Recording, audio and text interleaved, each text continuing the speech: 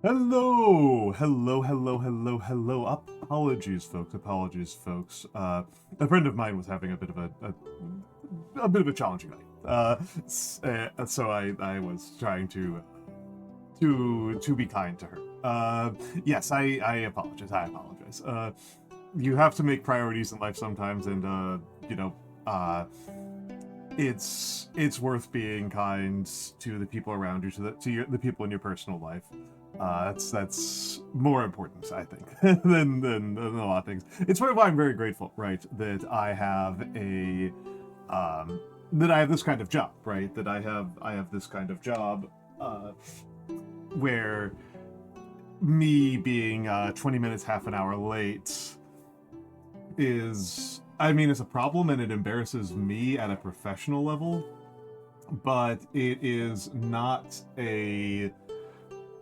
going to get me fired on a reasonable time scale. It isn't going to get me fired on a reasonable time scale. I still have a lot of control over that kind of thing.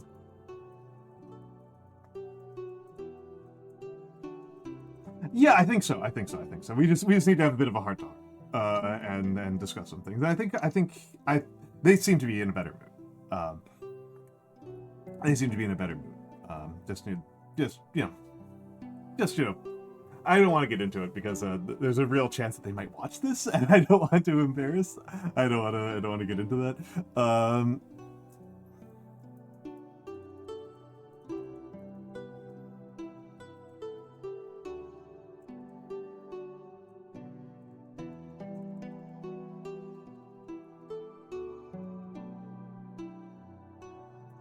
But yes. I apologize for being late. And how are folks?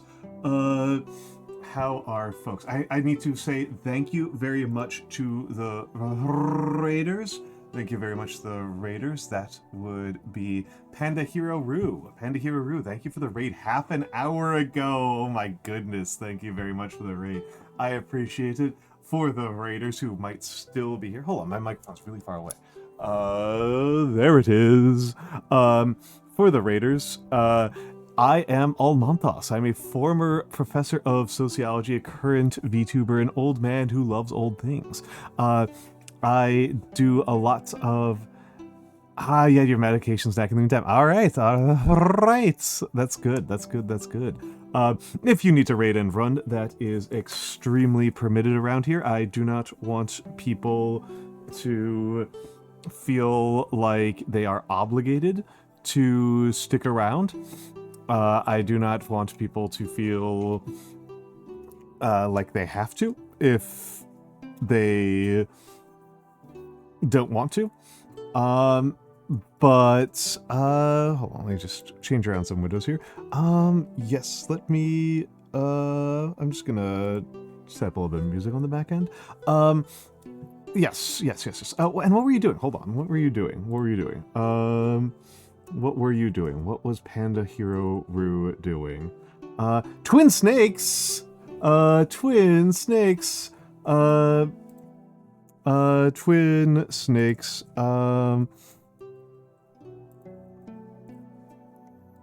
are you liking Twin Snakes? How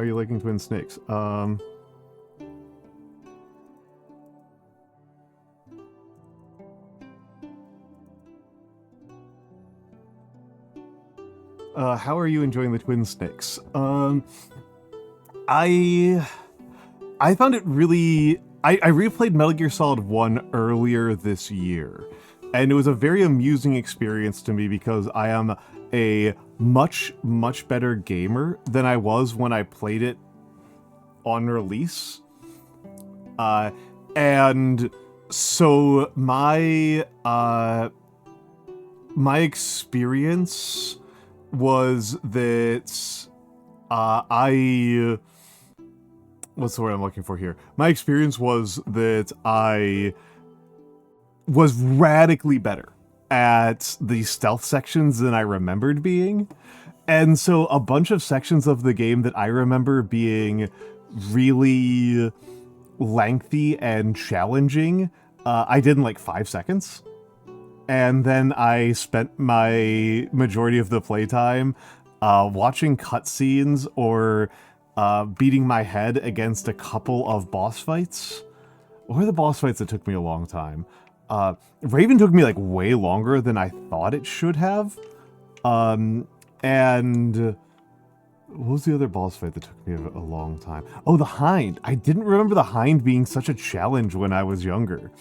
But as an old man, I was shocked by how much effort it took me. PS1 Remaster Month. I thought about the jumping controls for I didn't really play. I never got into Tomb Raider. I never got into Tomb Raider. I'm not quite sure why. It just never grabbed me. I just like never looked at Tomb Raider and was like, this is something I need to be doing with my time. It was always this has all actually been a reminder that I need to Amazon.com Takesume. I need Takesume. Yes, there it is. There it is. Oh yeah, I can. Yeah, it's $19 for Takesume. We're going. We're going.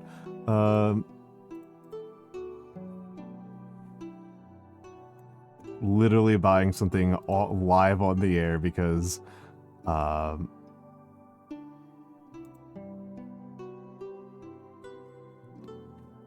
my god. Oh my goodness. Okay. Amazon's bugging out.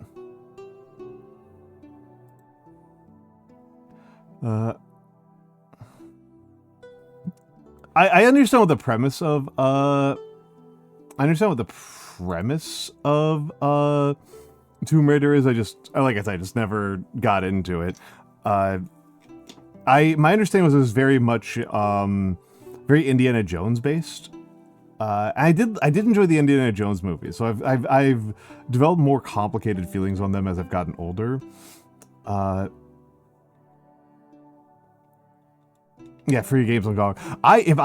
My games backlog is functionally infinite. I am never ever getting through all of it.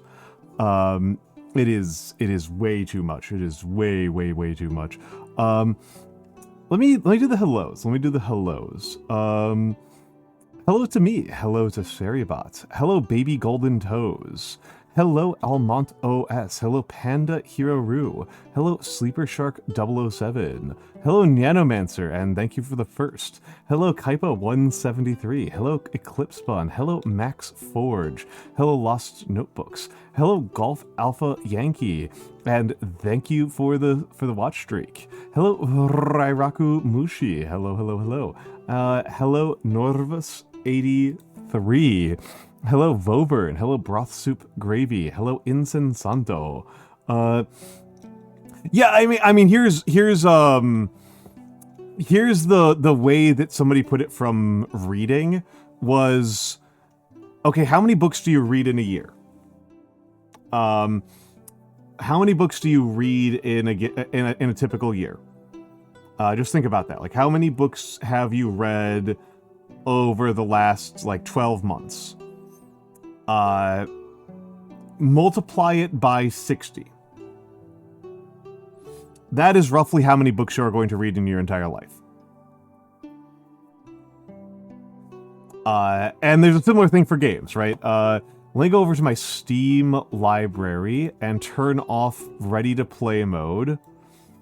If I turn off Ready to Play mode, my Steam library, which is not anywhere near all of my games, mind you, that is not my entire games library, that is just all of the games that are in my Steam library. I have 726 games in my backlog. In my library, I should say, my Steam library. And that's just currently owned, right? That's just currently owned. That is just currently owned. Well, I mean, it depends a lot, Insensanto. It depends a lot, Insensanto. Because there's...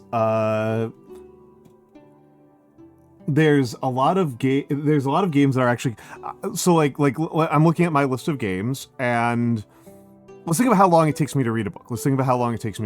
It takes me, it depends a little bit on if it's a fantasy, I shouldn't say fantasy. If it's like a novel, right? If it's a traditional novel, so we're talking about something like Greek lessons, right? If it's something like Greek lessons or The Vegetarian, hello Deathheart, that's something that I'll typically read in, let's say it's a 300-page book, so 300 divided by 60 is 5.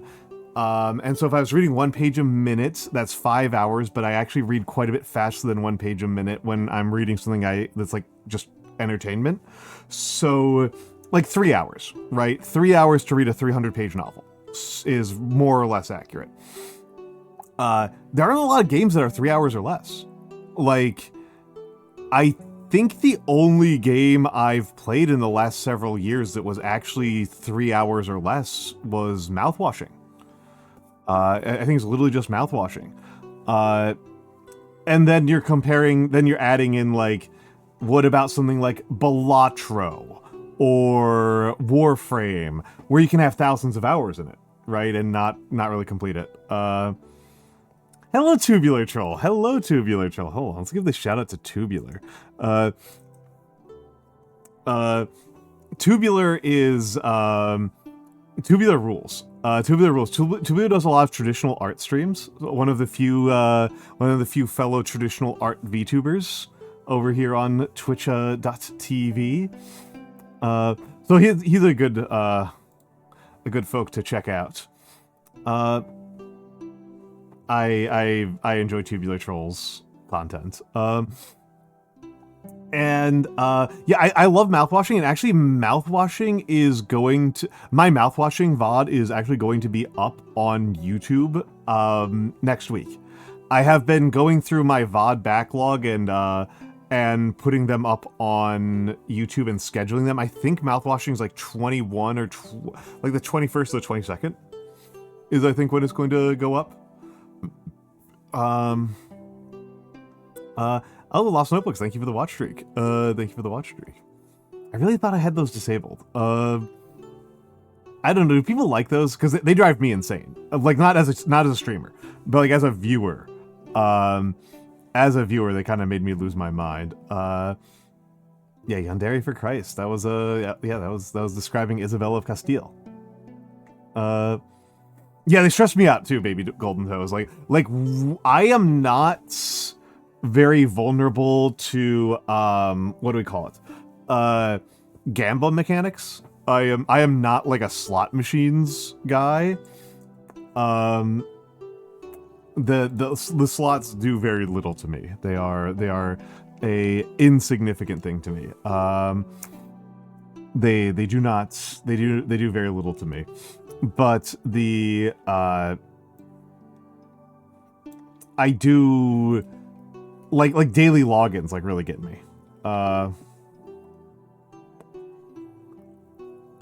mean, that's a pretty good choice for Swansea. I made Swansea sound way gruffer than that.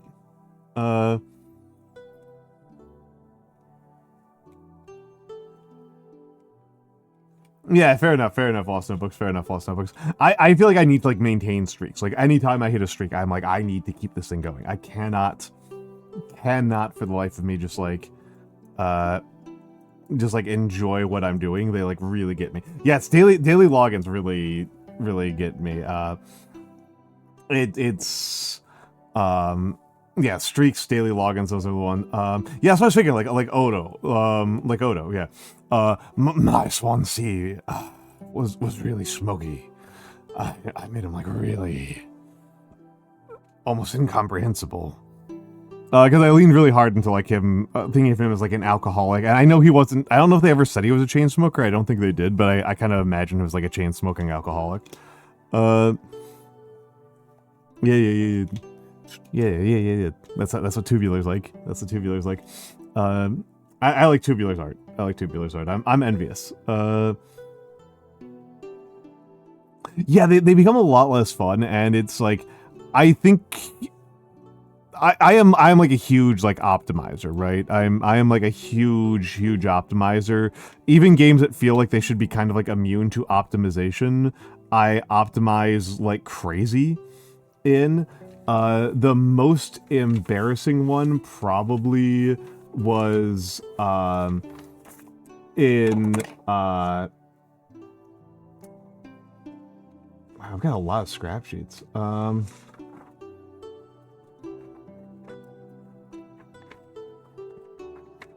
The most embarrassing one for my money in terms of like over indulging in my desire to I don't want to use that sheet of paper.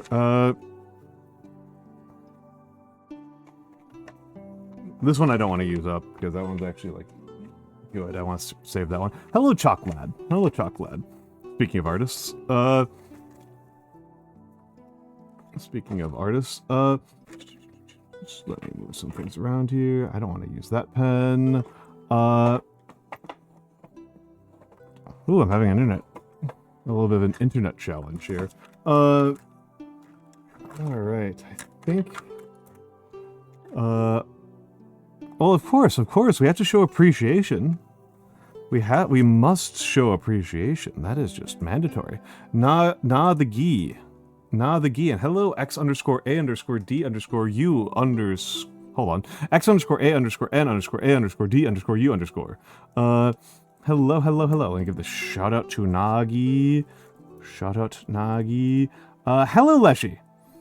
I am not pirating movies right now. That is not a thing that is happening right now. I think I don't know why my internet is bad though. I don't actually have an explanation. I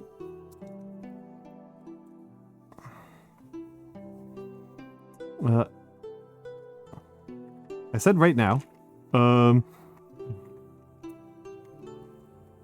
How you doing, Leshy?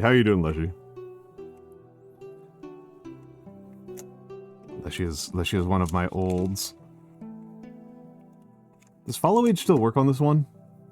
Do I still have follow age? I'm kind of curious how long Leshy's been here.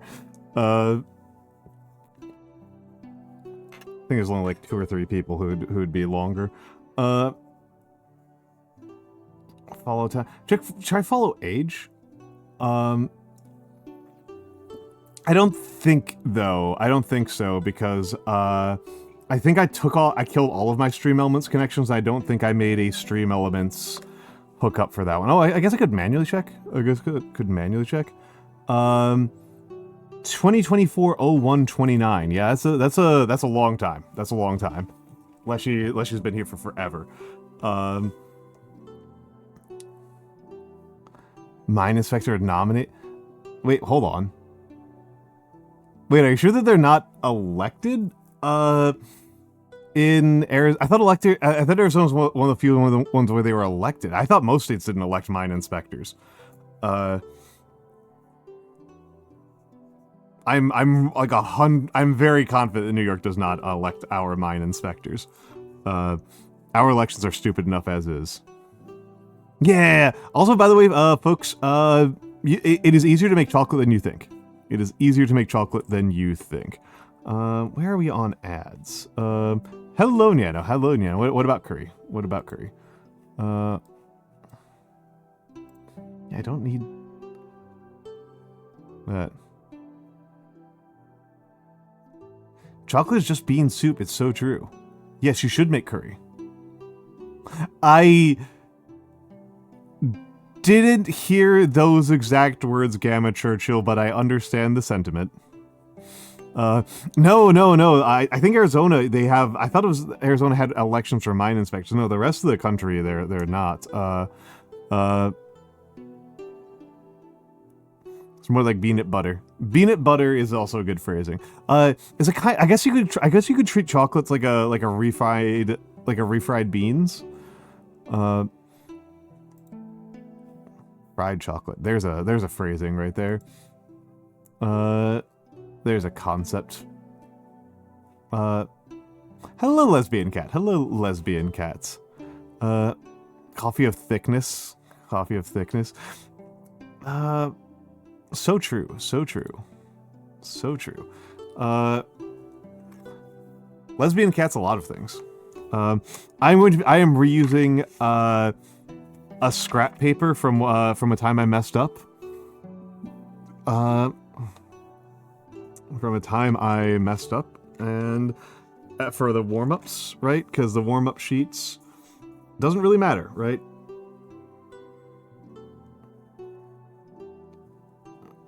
Because the warm-up sheet is not super duper important.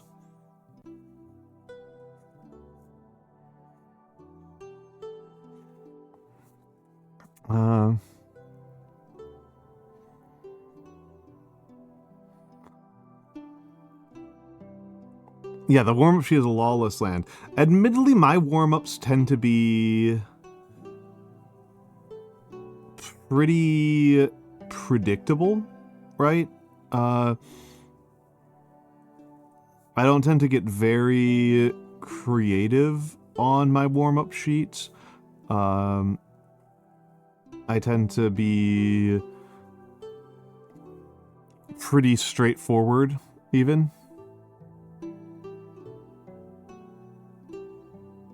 I mean, Japanese 10 character?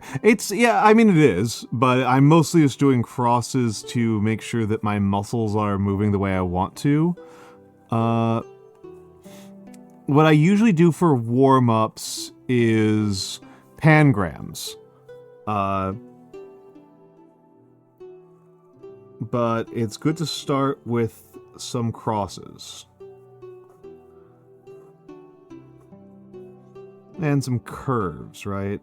I'm trying to decide if today is going to be insular or Batard. I don't want to do Gothic today.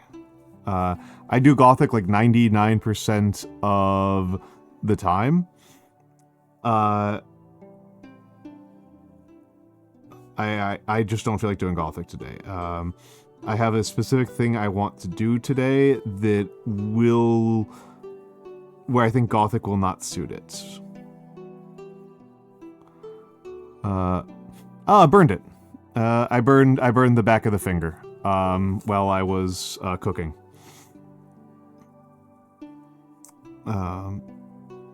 That's all. That's all. Let's think about this.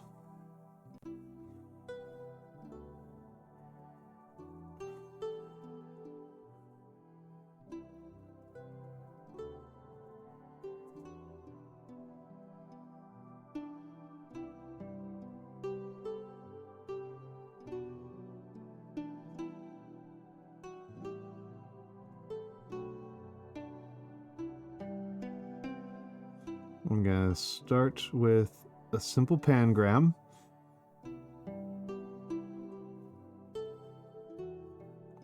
In insular.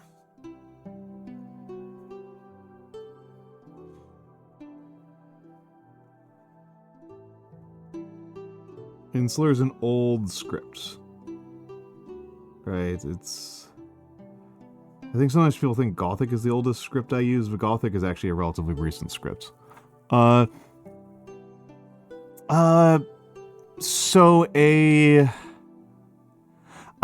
trying to decide exactly what I'm going to... the specific quote I'm going to write, but a family friend is going through a very difficult time, and her favorite musician is a country singer, John Prine. And so I'm trying to decide which John Prine quote I will do as for her. I want to get that done tonight. That's the big one. That's the big one.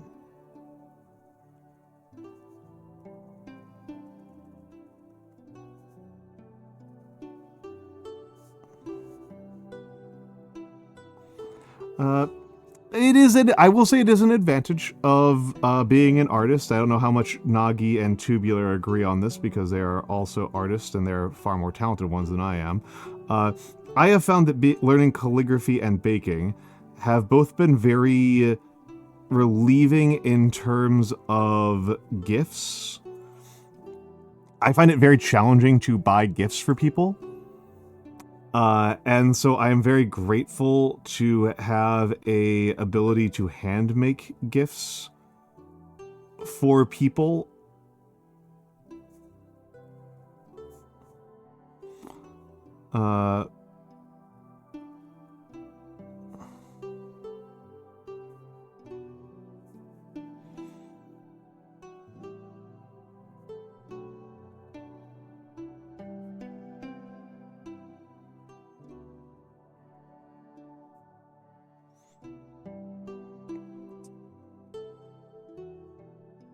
I'm very bad at picking out gifts for people.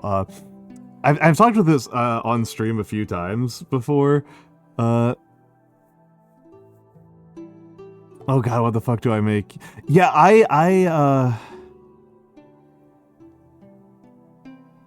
Oh, that's very funny, Chocolate. That's eyes are getting a little bit crazy. Thank you for the heads up, Zandu. Thank you for the heads up. Hold on, let's. That should do it. That should do it. I just recalibrated my tracking to be closer to the position that I'm actually working in.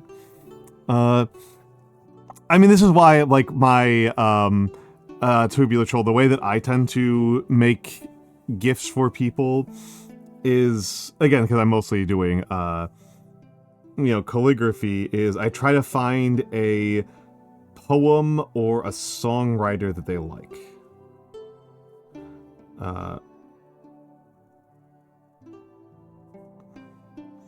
And I am somewhat fortunate, right, compared to you, in that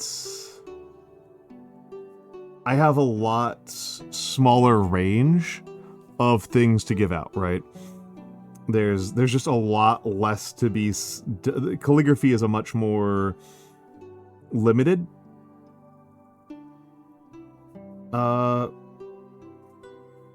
art form, right, than than actual illustration.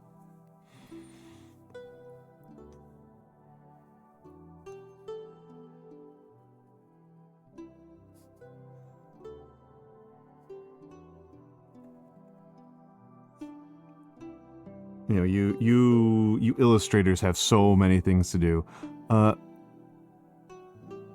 Visual art out of words. I mean, it is true. It's just like I said. It's there's a bit of a there's a series of like constraints, right? That's here. Oh, Xanadu. Books is a really rough one for me because I love books, right? And if there's anything I have learned from our Discord, it's that my understanding and taste in books is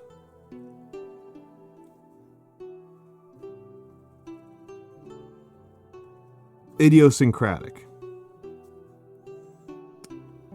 Which is a phrase I should probably use less frequently. I mostly end up using the word idiosyncratic to describe mix. I think a lot of what Mix says is highly idiosyncratic. But idiosyncratic means like very specific, right? I do like Ulysses is not like my favorite. Also, thank you Shikigama Nekomata for reminding people of what the rules are. It means that I don't have a good sense of what other people want from their books. I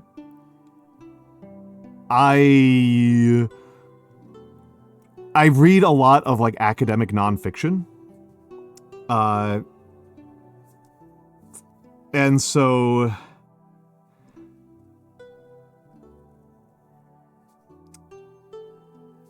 you know, somebody's like, oh, you know, I'm interested in knitting, right? Like, oh, I'm interested in knitting. And I'm like, I look it up. I'm like, okay, can I find like a history book about like the development of knitting in the 1700s or something like that? And very few people appreciate these kind of books, right? Very few people appreciate these kind of books.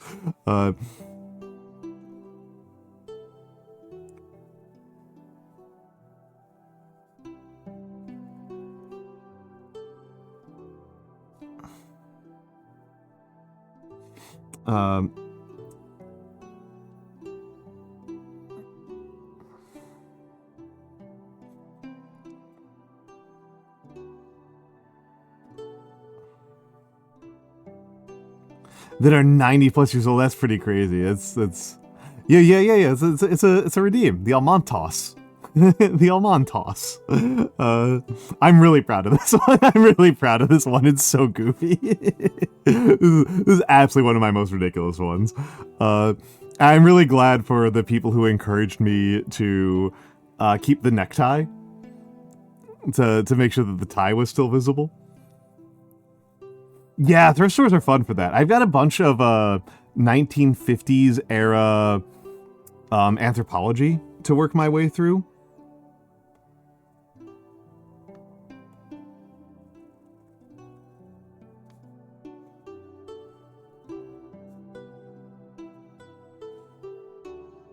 Yeah, the tie is alright on this one. If I'm in sweater mode, the scarf will be there. Yeah, it's not too bad with my mom. With my mom, it's not too bad. My mom's really into the Tudors. And so like I got her a book last year on costuming. Wait, what does it? Is it literally restricted to only once, or did you run out of points? Hold on. If you ran out of points, that's fine. But if you that's fine. But it should not be only once per stream. Okay, that's not how that redeem is supposed to work. Then hold on. Head pats. Let me get over here. Head pats should not be limited. Okay, it's supposed to have a cooldown of 15 seconds. But it shouldn't be out of stock.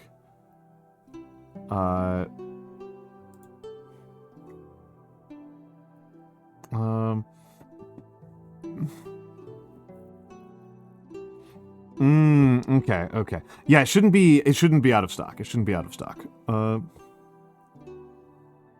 Oops, 7 ads.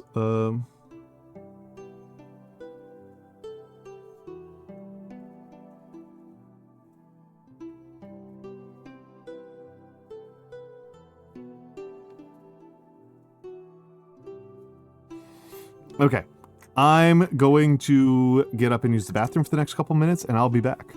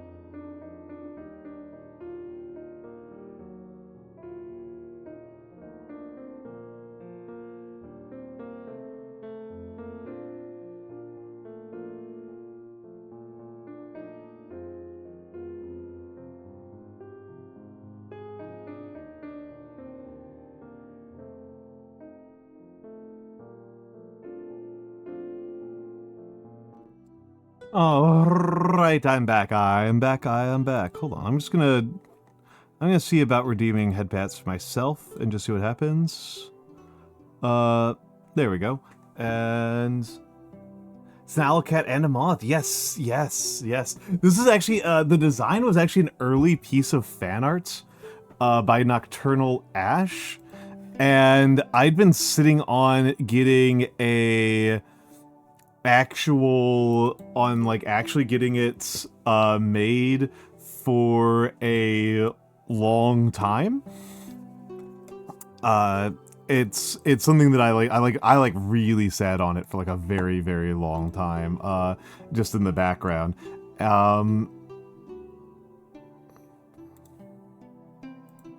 Just realizing that,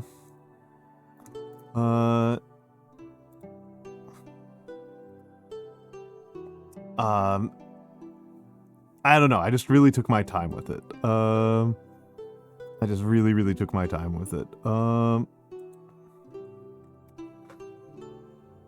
Yeah, I've got it's my little guy. It's my little guy. I love my little guy. I love my little guy. It's good to have a little guy. It is good to have a little guy.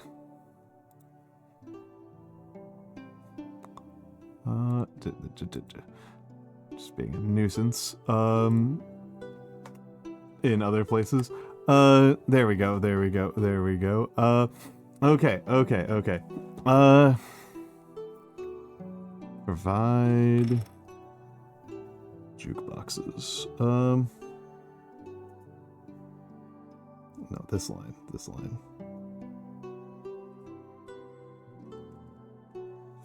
But yeah, I definitely sat on long. I have never decided that. It's the little guy, but I haven't decided anything about gender because I don't know. I either know too much or too little about gender to answer that question.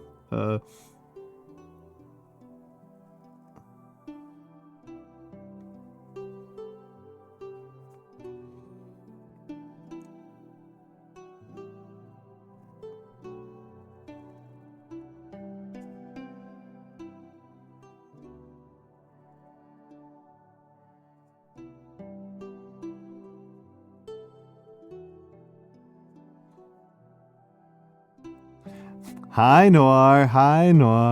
I literally do not have your audio on. I just redeem stuff in your chat because it amuses me. So I have no idea if you're yelling at me or not. I have no idea if you're yelling at me or not. I just thought it was funny. I think it's very funny to do that. So I did it.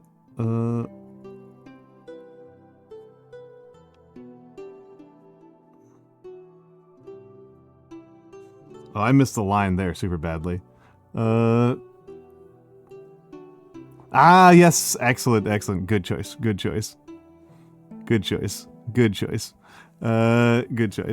They call me a fake viewer over there. Yep.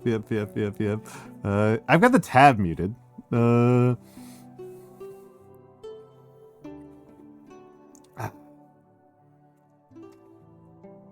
No, it's basically impossible to not think about gender in VTubing, right? It's anybody who says that they don't think about gender in their VTubing is lying, right? It's they're either lying or they're like really bad at the job. Like that's the way I see it. Like you either are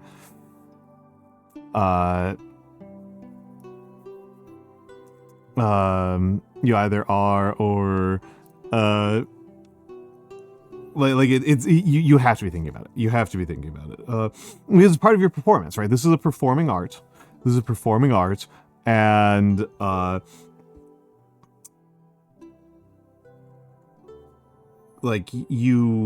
gender is such a huge part of the performance that we are doing here that, like, you're going to be thinking about it.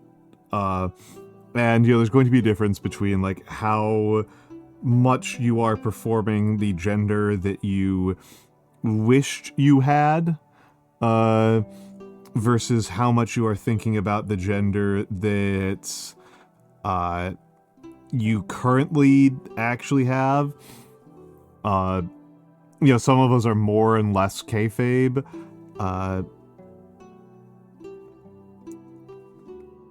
Let's...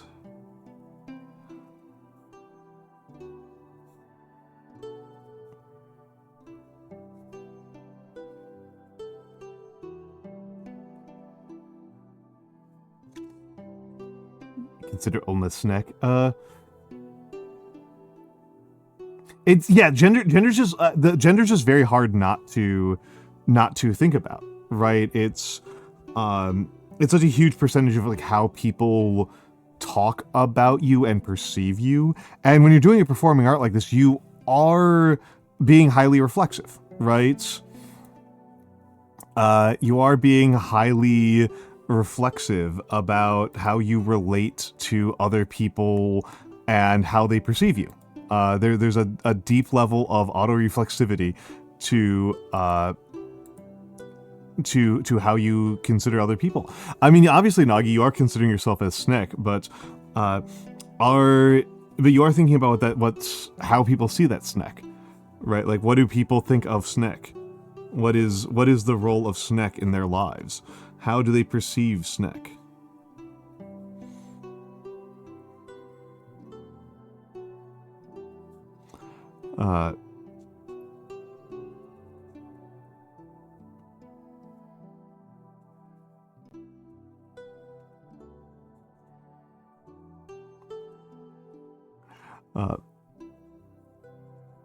And you know, VTubing is, I think, very like efficiently built to make us think about gender a lot. And I was there was a little Twitter trend going around, I think started by Yomi, of like people talking about their dreams in VTubing. And one of the ones I put down for myself was, how would I want to make a genuine contribution to, you know, the sociology of gender, how it relates to VTubing. And it kind of hit me afterwards that part of what's actually really interesting about the way that gender operates in VTubing is the extent to which people, what's the word I'm looking for here? Self-instrumentalize. That's the phrasing. There's a lot of self-instrumentalization within VTubing.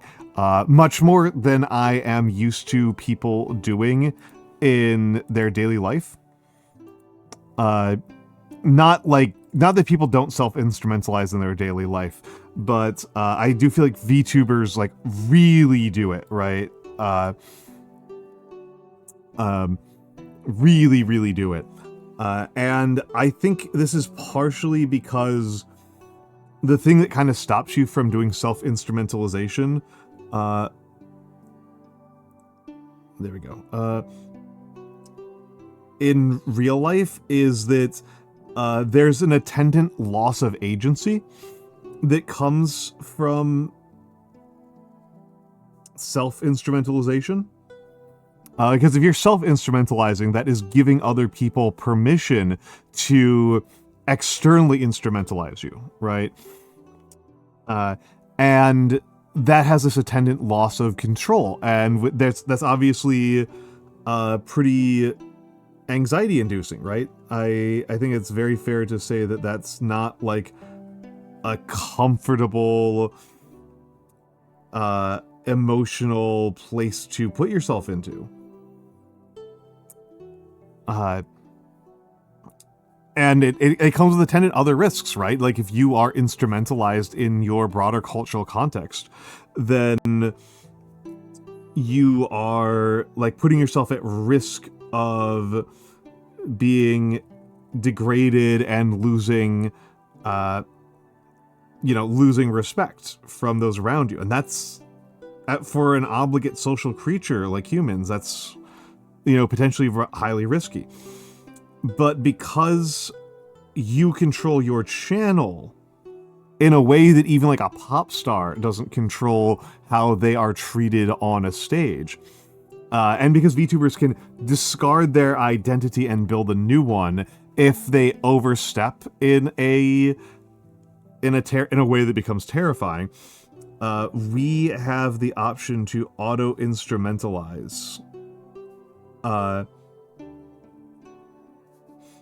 Because we can obviate a lot of the risk.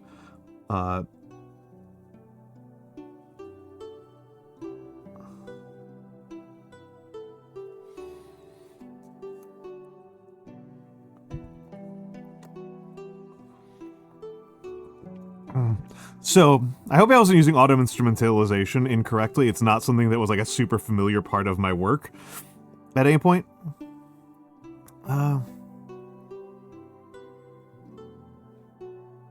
Discussion about gender has always been positioned as Western values. Huh. I can't speak super much to, Indo. English is not actually the most gendered language, as these things go. English is... It's actually really noteworthy how English is way less gendered than German or French, is how Americans tend to talk about this. We tend to... When we think about what foreign cultures are, we think Mexico, and we think Germany, and we think France. Those are the big ones. And then, like, not long after that, Japan.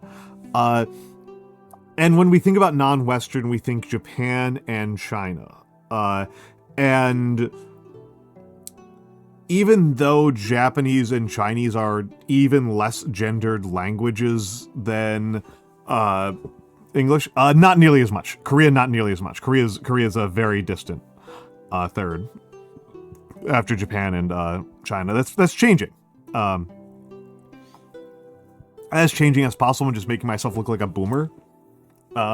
India is also surprisingly not as much what people are talking about as like being the alternative to Western values. It is primarily China, Japan, and the Middle East. The Middle East also tends to come up very frequently as like the contrast point, particularly when people are being like really weird about it, really weird about Westernness. And like, even though Japanese and Chinese are less gendered languages than even English, it's really hard to deny that those are countries that, in terms of economics and rights, think about gender much more strongly than we do. And Korea especially. Like, Korea is, I think, among high-income countries, Korea is the most gender unequal country. That is... I would need to double-check that. Yeah, Korea's been growing very fast in terms of their cultural impact on America. Korea has been a real rising star.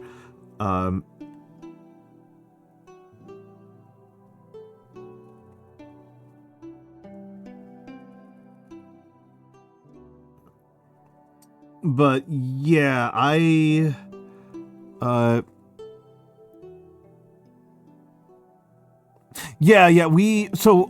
English has second person singular gender pronouns, right? He, she, right? And those are not used as much for like that's kind of like that's, but we don't really have the rest of how gender operates in most languages. And we do also have a kind of complicated thing where we have profession phrases that are gendered. Right, we have profession. I will be honest, Nagi, from my perspective in America, I think America is kind of I feel like America is very median in a lot of ways. This might have to do with like the particular cultural things that I concern myself with. But I do tend to view us as very like median. Like the big one that like really stood out to me is like where America feels like it's very much in the middle is on political violence. America feels very, very middle of the road on political violence. We have like a few. I am sorry, Twitch Mobile is giving you trouble. Like political assassinations happen and terrorist attacks happen in our country, but so like we're definitely having more than like almost any European country, right?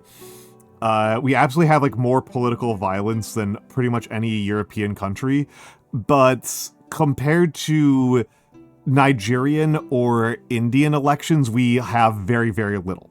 Right. I remember talking to some Indian political scientists, and one of the phrases that I remember them saying was that if your political party cannot just at will cause like riots that burn down whole city blocks, if you cannot cause, I believe the phrase that he used was mayhem in the streets, you are not a viable political party in India.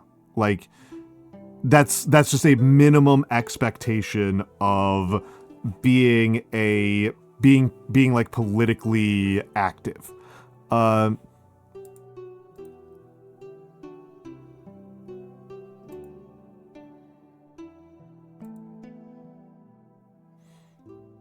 Yeah, I can head pats the second time. I can head pats. So if there is Xanadu, you've head pats before. Can you check on that in like 20 seconds? If you can head pats. But yeah, so like you know, the level of political violence the US has is like on the lower end of the middle. There are places where the US is very unusual. The biggest one being in income, right? Like that's like the biggest one. Income is like the US has just more money sloshing around than anybody else, and it's like it's not close. It's really not close.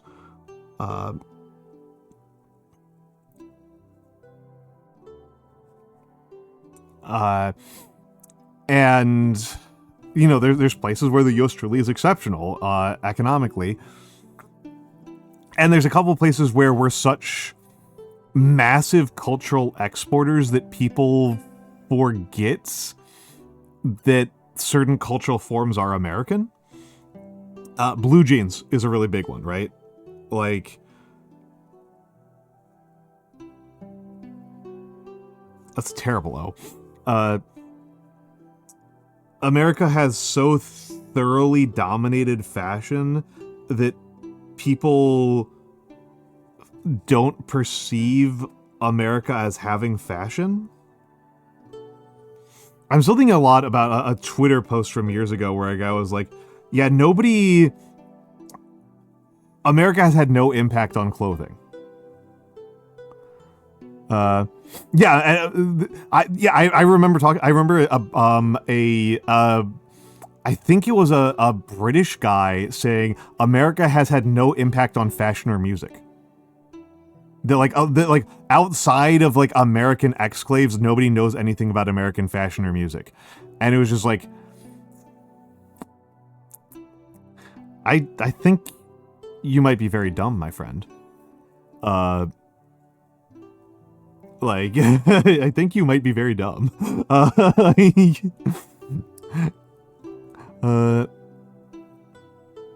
Yeah, rap music is the big one. Hello, Malern. Hello, Malern. Yeah, rap music is the one there. It's just rap and jazz are the two where I'm just like, holy, like, whoo, buddy.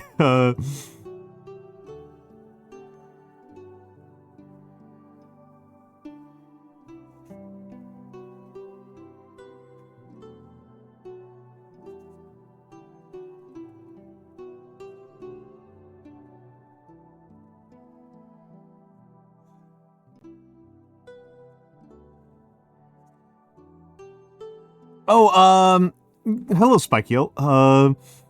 Is it Spikeal or Speakiel? Spikeal? I think there's a couple of ones. Yeah, that's exactly what's happening to Tubular Troll. That's what you're talking about.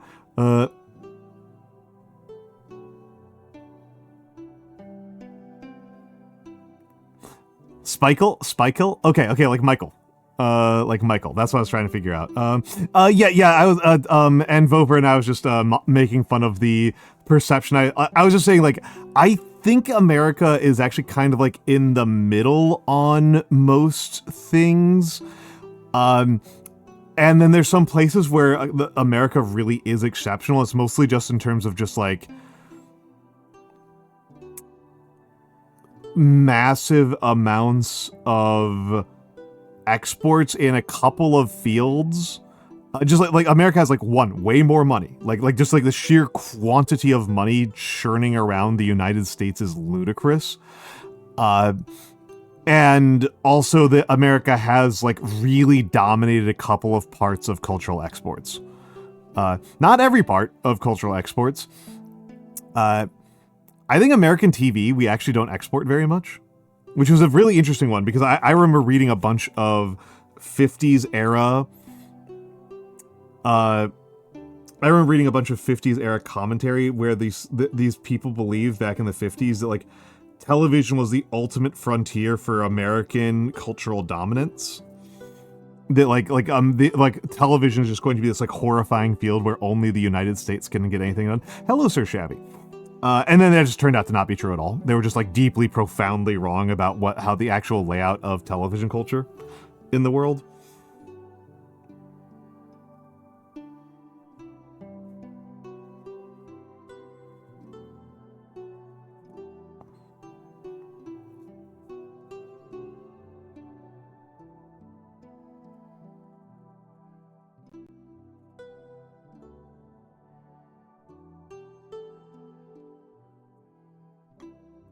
So,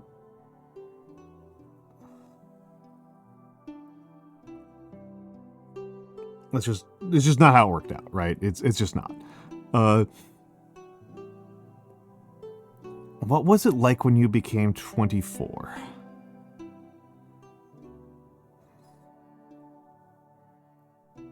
I'm trying to remember my 24th birthday. I don't actually celebrate my birthdays as a rule. I've gotten like injured and sick on a pretty large percentage of my birthdays. So I've gotten like kind of superstitious about them. And my default is to try to like not draw attention to it. I think I was not having a good time. My mid to late 20s were not the best. I think I was in graduate school, or I was about to start graduate school when I was 24. I think it was before. No, it was before I was in graduate school. It was before I was in graduate school. Well, it's yeah. I think it's true for a lot of people, Spikeal. When I think about my 20s, I mostly just think I was really selfish.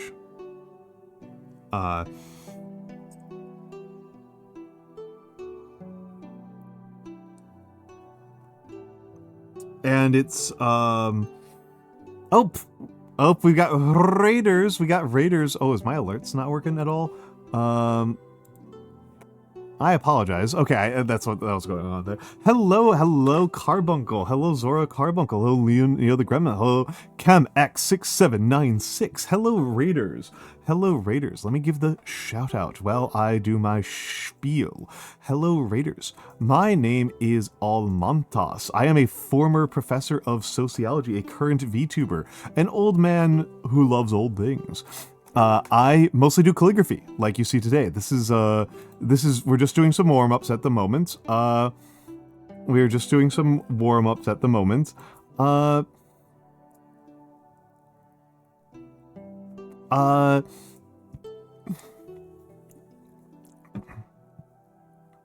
was the art? How was the art? What were you working on, Zora? What were you working on? What were you working on? And actually, I'm just gonna ask: should I list this as art or that? You know, poll. I'm going to go completely goddamn insane that the quick dashboard never keeps polls on here. It just keeps on removing polls.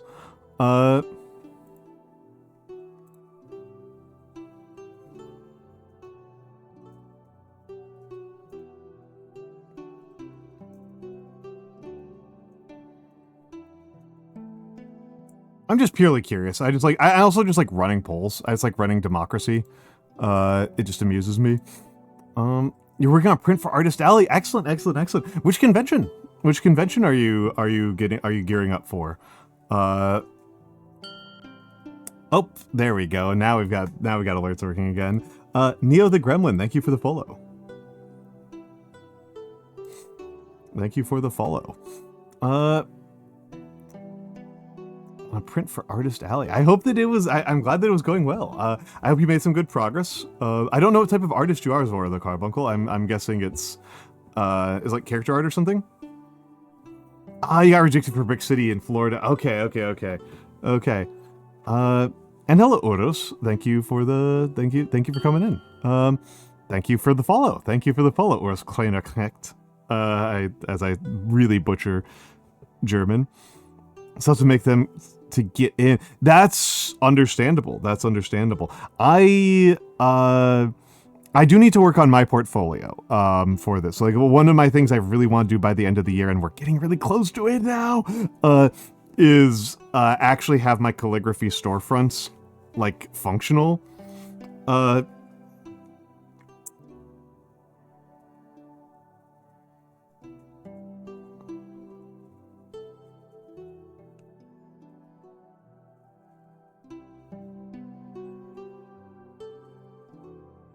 I love my little moth guy. I love the little guy. Mwah. Love him. He's so cute. Such a cute little guy. Never decided on a name. Love that Mothy Moth so much. I've never given him a name. The name that I've liked the most that somebody has proposed so far was Inkwell. That's the one I've liked the most. But I haven't actually decided on that.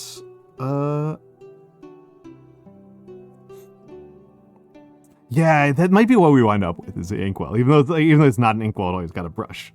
I guess I'm answering the question somebody asked earlier about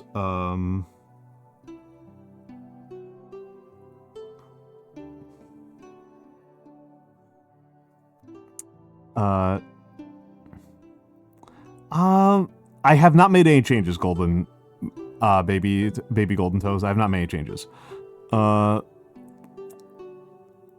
Haven't made any changes there. So if there is a change, it's probably lighting on your end. Baby Golden Toes is fast enough to say. That's not a problem at all. That's not a problem at all. I pretty much only shorten. I don't tend to shorten most people's names. At least I'm not pronouncing the underscores, right? I could be saying baby underscore golden underscore toes, right?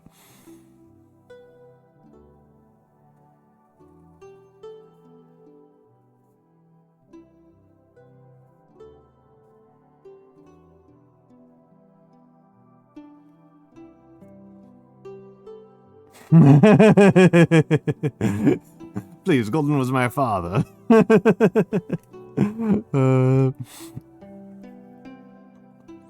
I do tend to when I talk to when Xanadu comes by, I do tend to pronounce his name the first time X_A_N_N_D_U_. That just makes me very happy.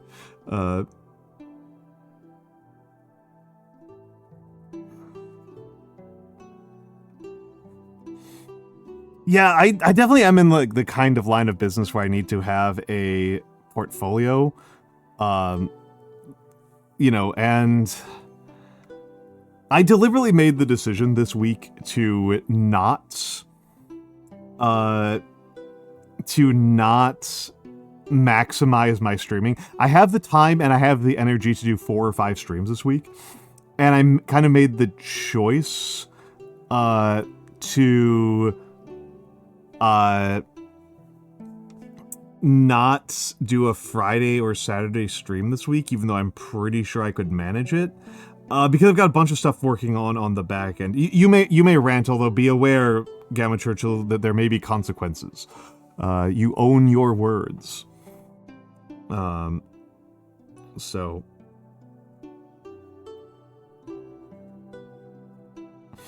you have not been liberated from the consequences for your actions.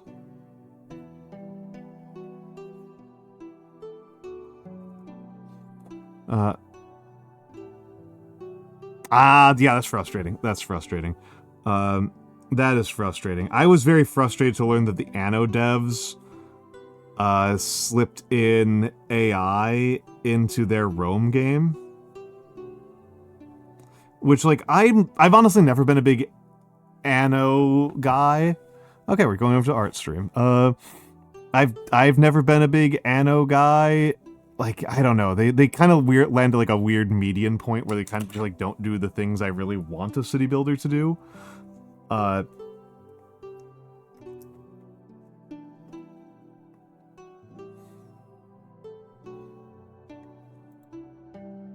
Okay, that's weird.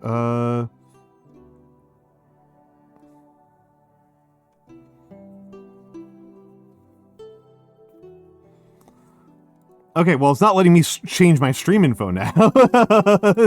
Now I'm not allowed to change my stream info, so I don't know what to do about that. I'll give it one more shot, but,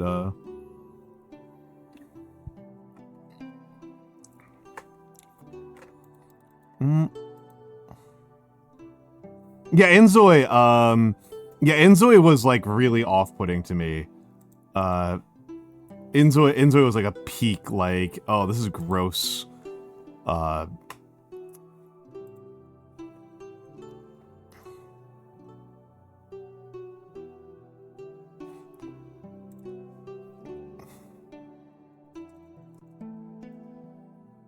Yeah, I don't know what the deal is with that.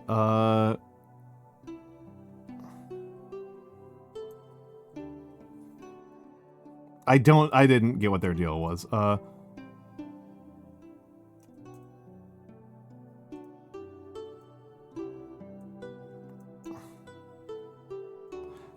No, I don't care about any of those. Why would there be a video? Yeah, it's... Okay, I'm not allowed to change my own categories. Fuck me, I guess. Fuck me, I guess.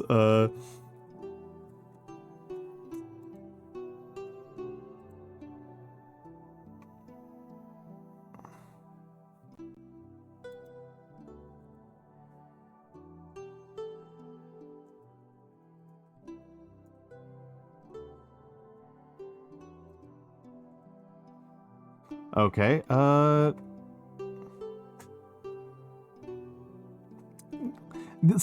yeah, I've never thought about, I've never really thought about wanting to play off-brand Sims games.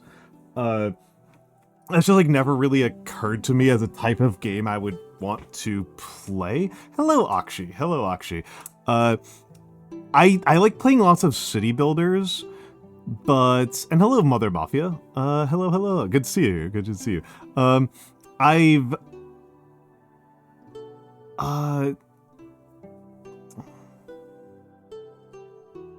Let's try something here. Gonna give a shot at a...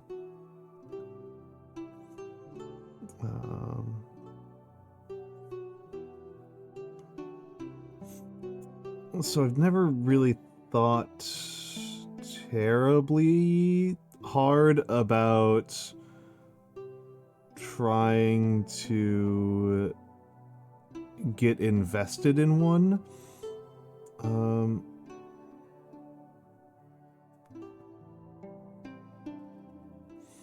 Or about the relative merits of one versus another.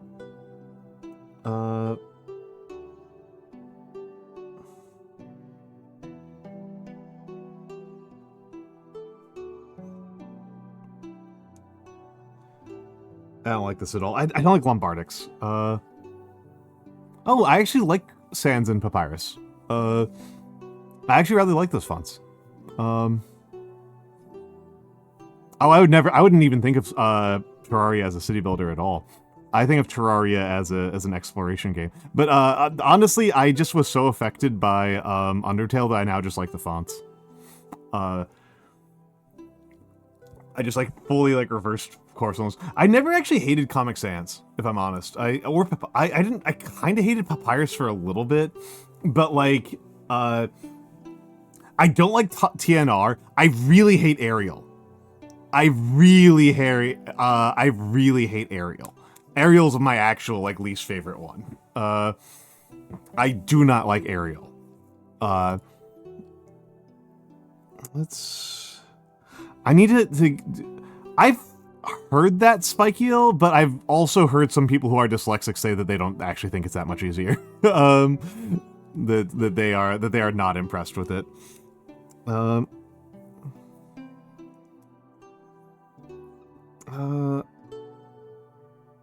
Let's think about this.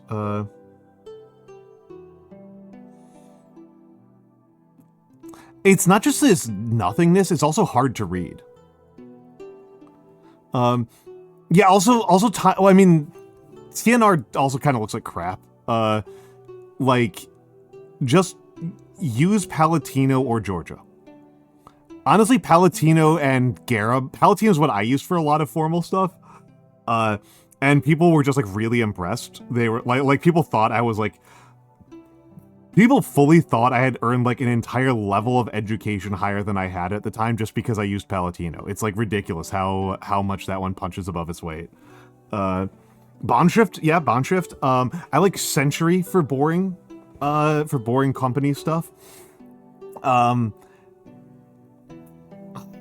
am very biased against sans serif fonts in general. I think the only sans serif font I really like is Comforta. I do like Comforta. I don't like using sans serifs for body text ever. I like using... I am a person who does sans headers and serifed bodies is my preferred format. So Comforta with Georgia or Garamond is my is kind of like my preferred. Centaur's not bad. For most of the stuff on stream, I'm using Georgia. For my off-stream assets, I think I'm using CMU serif.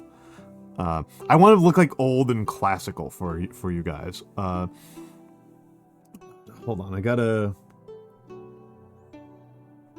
think about this for a second here. I might actually use a smaller pen for this part of what I'm working on. Feel the pain, citizen. Yeah, what do we use? I think in America we might not be settled.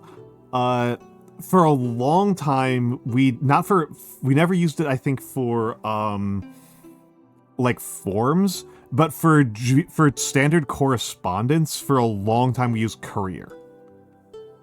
Yeah, it's a Roman font. I tend to prefer Roman fonts as a rule. doing Roman calligraphy, doing Roman fonts with a calligraphy pen is a pain in the neck. By the way, they're brush fonts. They are not stylus fonts. Or hold on, they're not pen's not the right word. Oh my goodness. Oh, this pen's empty. Lol. Is one of my other oranges loaded up? Let's see about this. Yeah, this one's loaded up. Okay. I just want to see about... Okay. So let's just do a little bit of...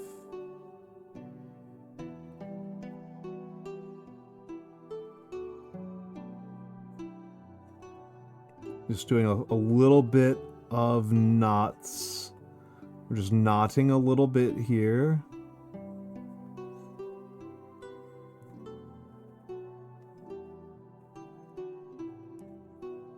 We're just knotting a little bit here.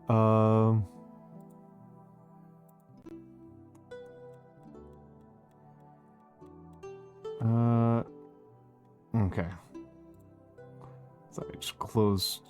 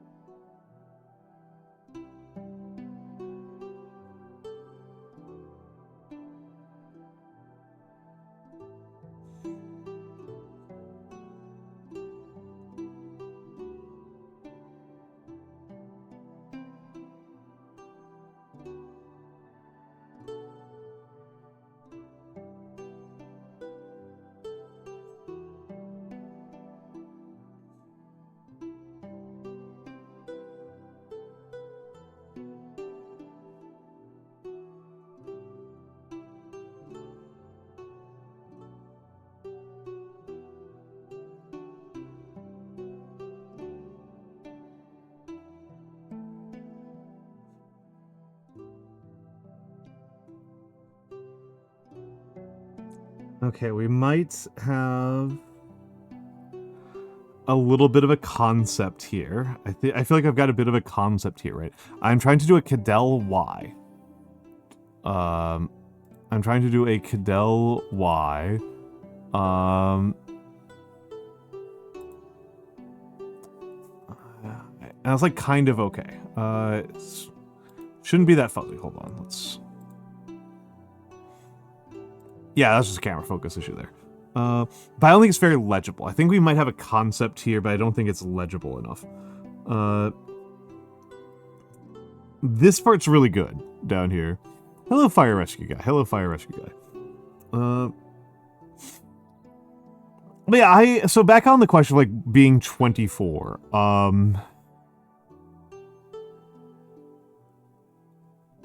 When I was 24...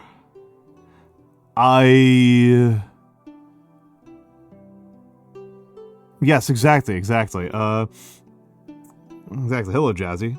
When I was 24, I had I think, undeservedly high opinion of myself. Or possibly even deservedly high opinion of myself, but I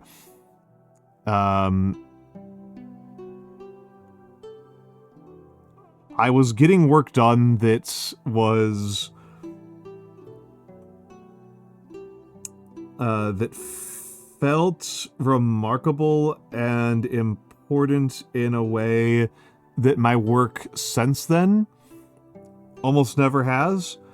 And this sense that I was doing something really important and remarkable...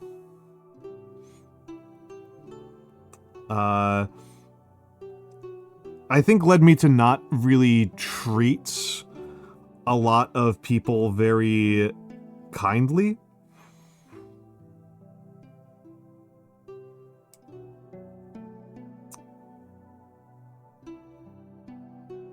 I think I was very selfish at the time.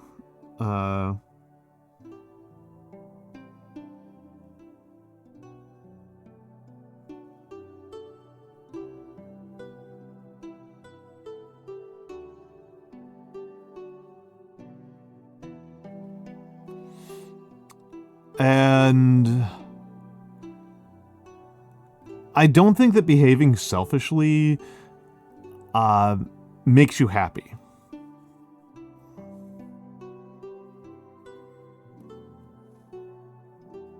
Certainly doesn't make me happy, right?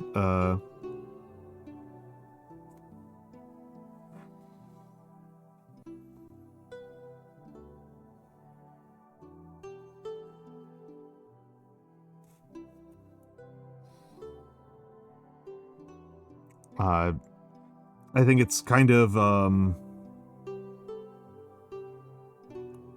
draining, right? It's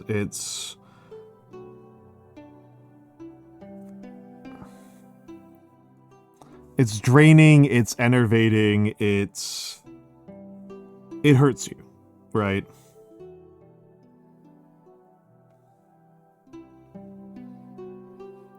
Okay, so looking at this Y, I'm actually pretty happy with this component down here.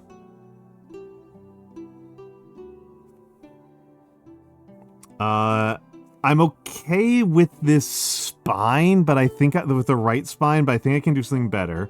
This left bowl, I'm very unhappy with. The left bowl, I'm very unhappy with.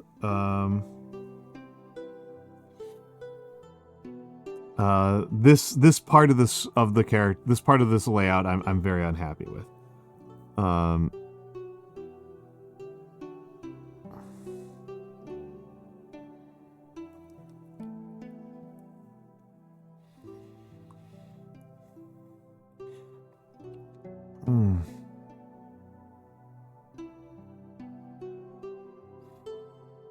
Sorry, I'm just making myself thinking really hard about some things that have been going on in my life.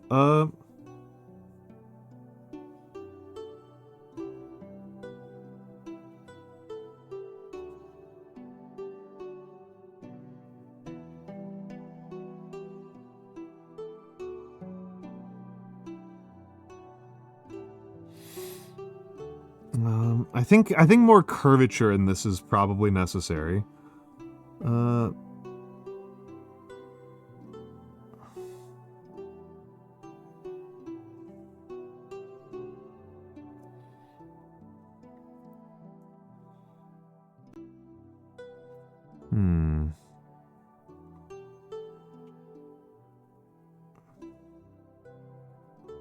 This is the basic Y shape that I'm going for right now, right? I'm going for this.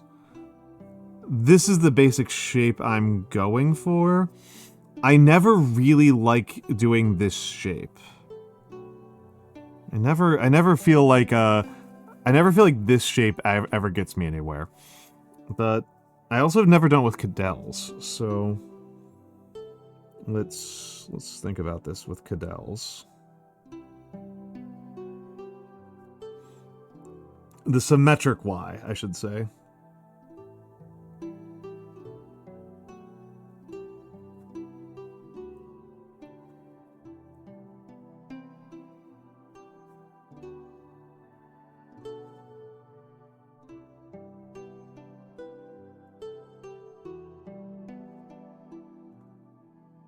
Oh, this is stupid, whatever I'm doing right now.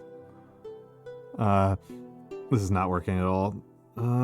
This is why we got scrap paper, right? This is why we're doing scrap paper. I kind of like doing these infinity symbols as caps. So...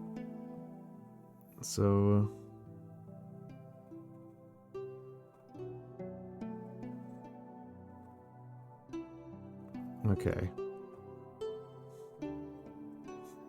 Okay, if I do it thinner, this might get me somewhere. This might get me somewhere if I do it thinner.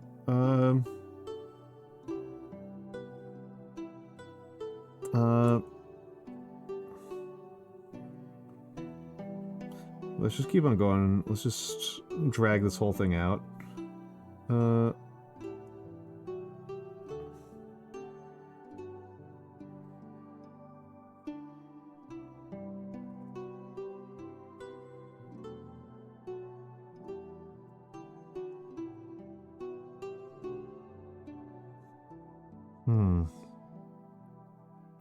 Not sure about this one. Not sure about this. And then...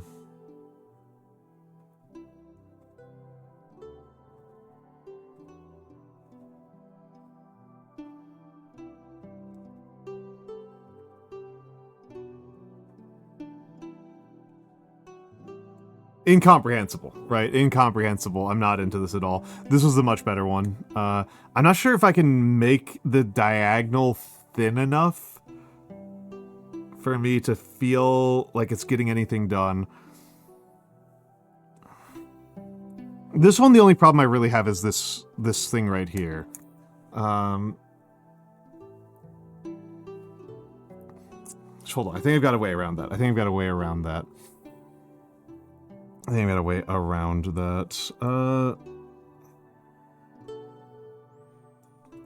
Let's...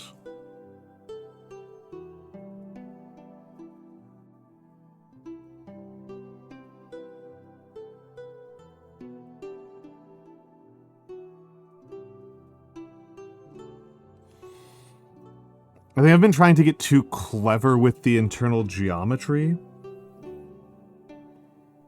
instead of just kind of brooding it.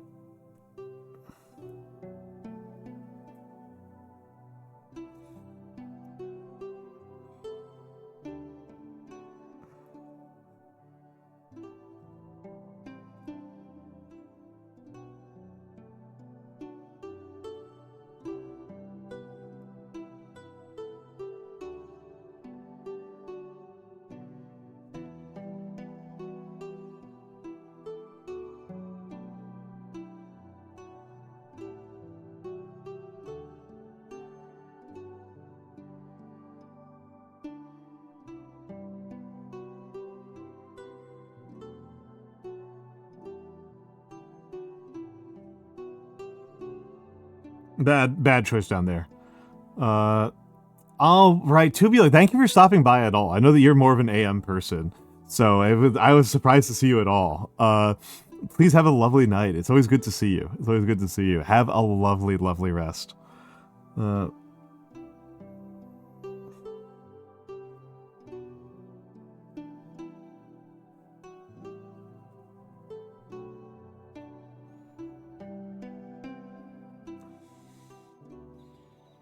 This was dumb down here. I'm not even sure about this up here. Hold on, I'm off camera entirely. This I think I can work. I can work with. I just need to be even more aggressive, more brute. Right? More brute force with it.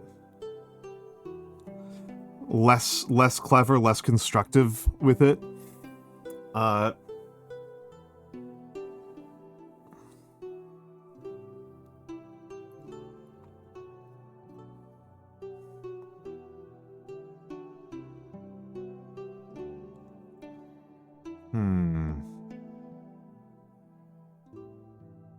think the simple weave is probably too simple.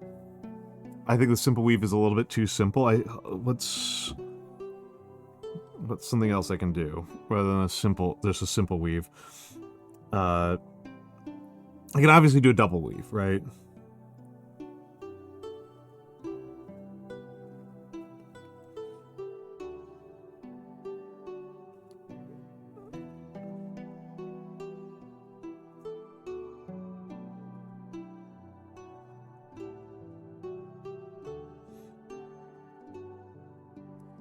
Something like this.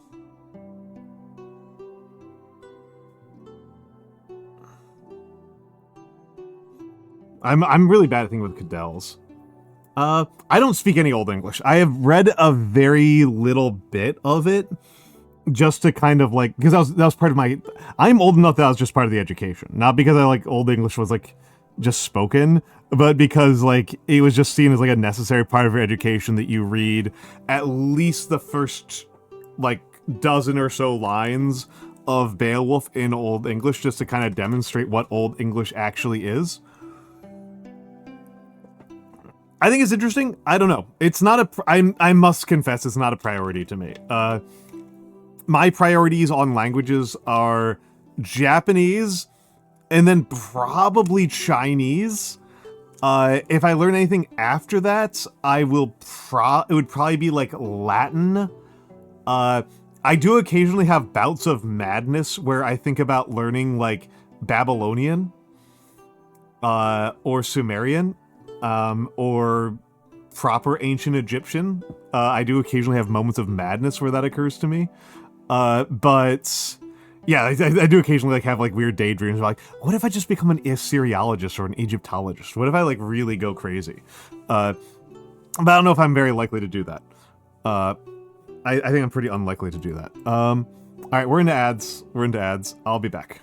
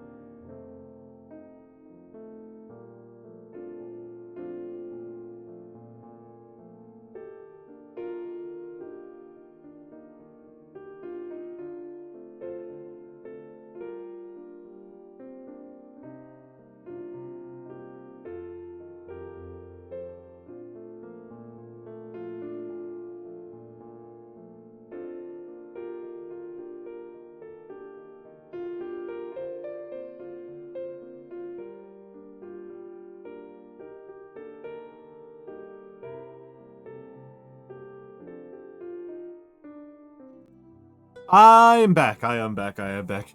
Cold shower every morning just before you go mad. That sounds completely correct, Jazzy. That sounds completely accurate. That sounds completely accurate. I fully believe this about you.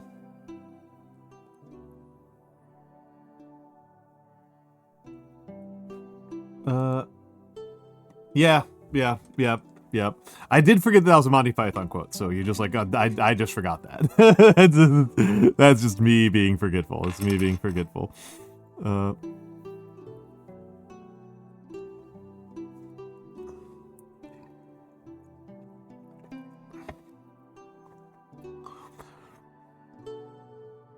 Okay. Let's think a little bit more about this spine. Because I've got a couple of different... Because I could do it... I've been doing it very straight down. But that's very not dynamic. And so I normally do a Y, right? I normally... You know, this... Not usually like this, to be honest. I'm exaggerating.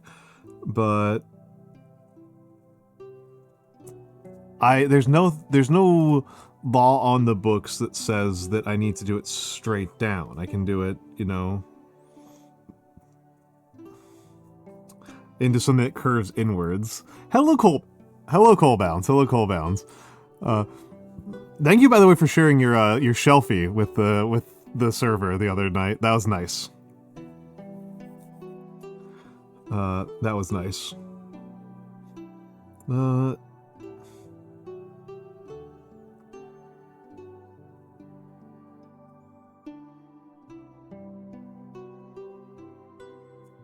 I'm not sure I like that much bend in. Both of those, Cole Bounds. Both of those. I need to, that's one of the things that I need to, really catch up on is all of the fan art that I'm behind on. I really need to catch up on those. There's a lot of fan art that I haven't caught up on.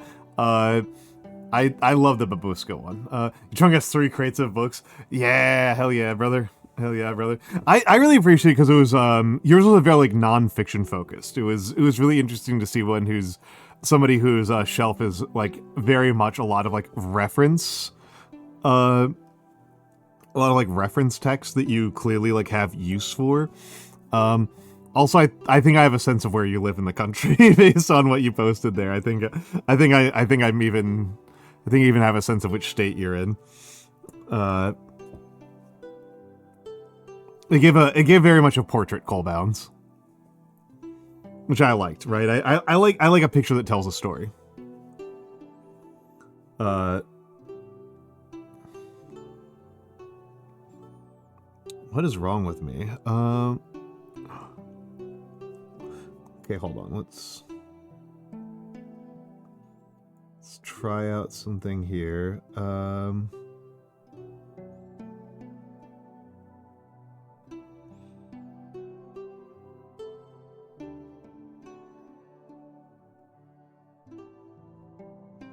No, wrong. Wrong. Entirely wrong. Okay.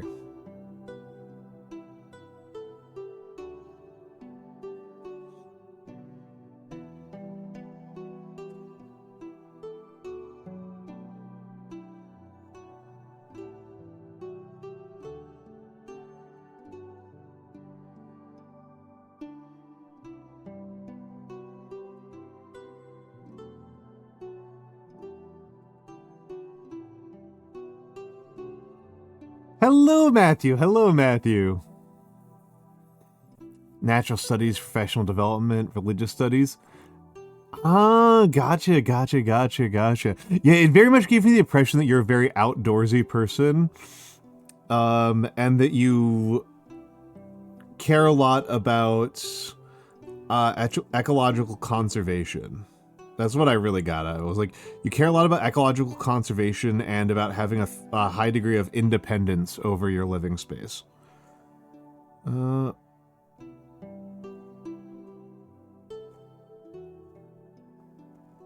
expected more drift from this. I expected this to drift more.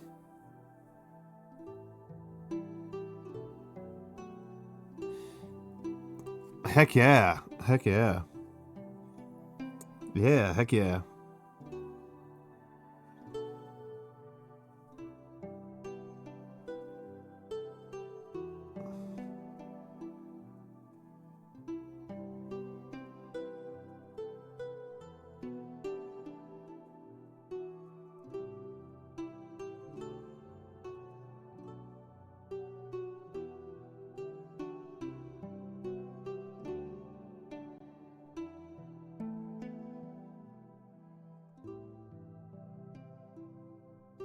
What am I doing here?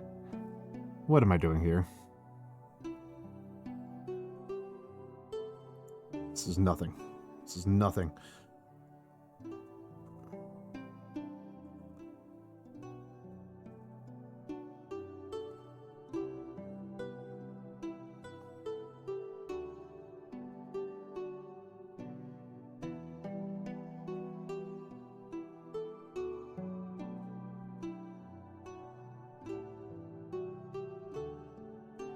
What is this? What is this? What am I doing here?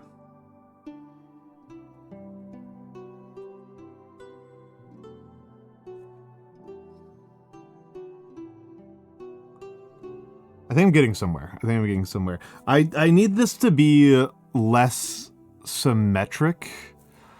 That's the problem I'm having right now. So these are coming out like, this is way too clean. I need some mess. I need some mess. Though honestly, this like whole like weave, this whole like square weave thing, like, I don't know. I'm not like able to make it do what I want it to do, which is like the essence of Cadell's is the square weave thing, but it's just not doing what I need it to do.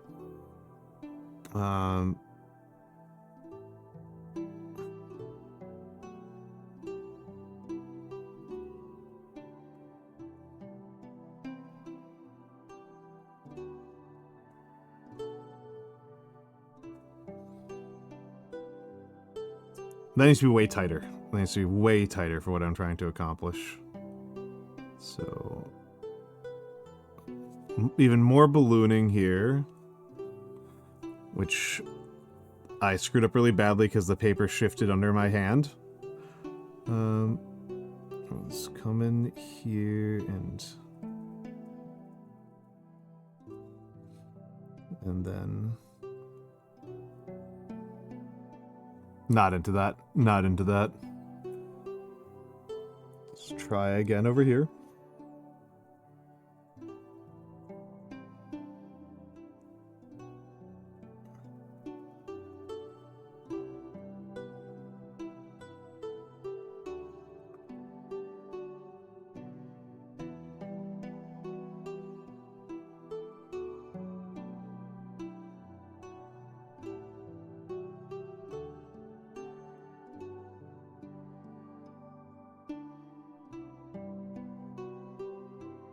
Do an actual drawing in here, unlike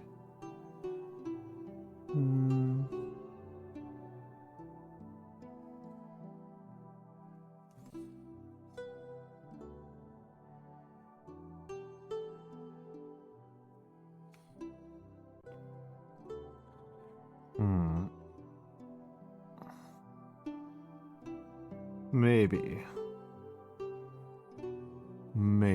I'm getting somewhere. Maybe something is occurring to me. Maybe I am getting somewhere. Maybe. I'm not feeling like I'm getting anywhere.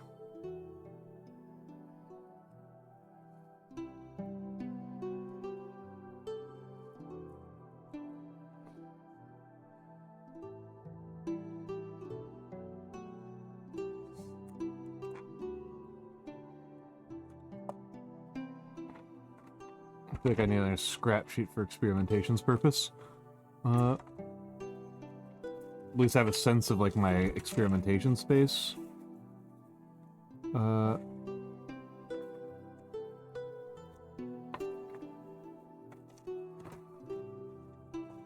So...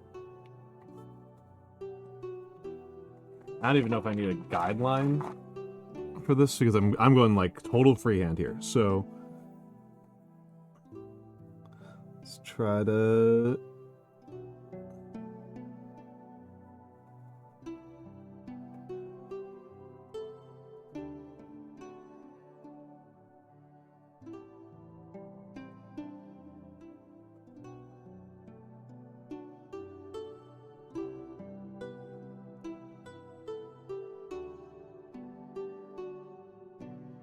Make sure they don't touch. Alright, no touch, no touch. There we go, no touch. No touching.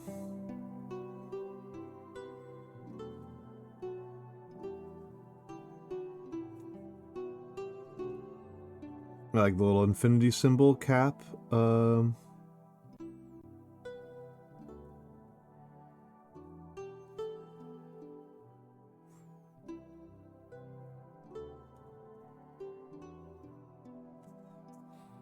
I have good night, kobolds. Reading fairy love stories between literary analysis is good for the mind. Heck yeah, I believe that. I believe that entirely. I think that it's not good to restrict yourself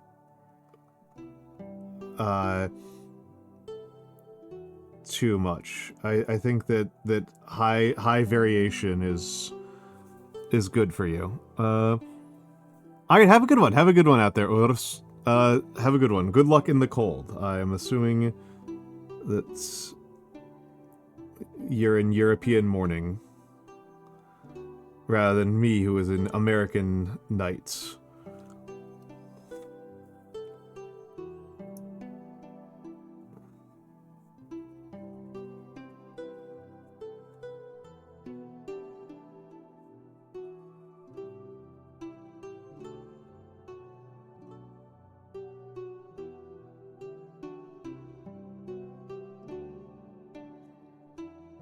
Okay, that's getting somewhere, I think.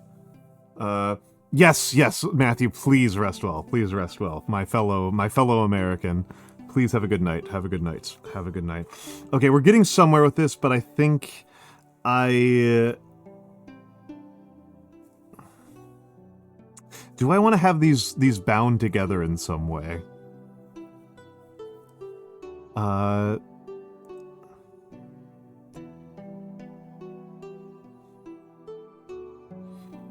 Let's think about this. There might be something else I can do here. So I did an exterior bowl, right? It's a deep exterior bowl. Let's contemplate a shallower exterior bowl. And then a bowl that's like in the mid here. Is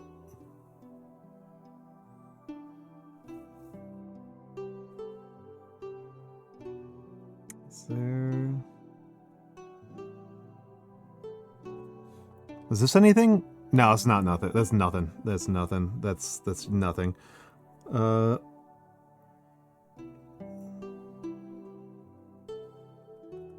try making a wider bowl. And then a shallower bowl that comes nearly to meeting it.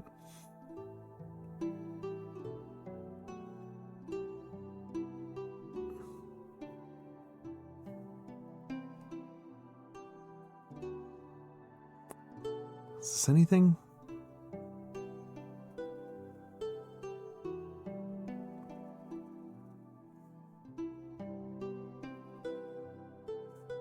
These caps are the only part I'm like really happy with. Also very funny to say to use Ronin for a Burgerlander. Ronin's not a Burgerlander. Took me a minute to be like, wait a second, hold on. Ronin's not Bergen. There's no Ronenberg.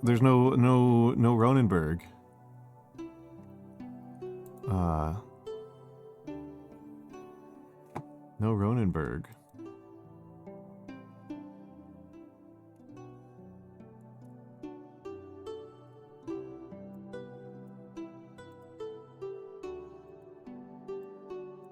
Ronin is not Bergen. She's just not. That's just not her thing.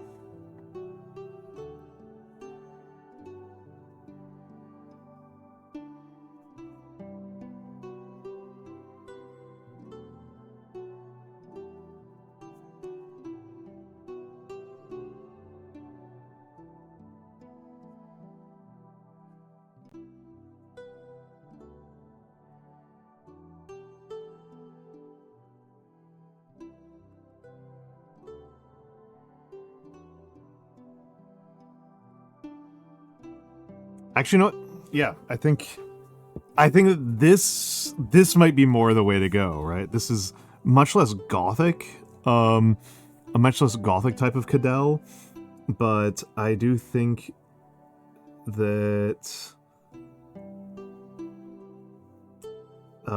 there's something here, right?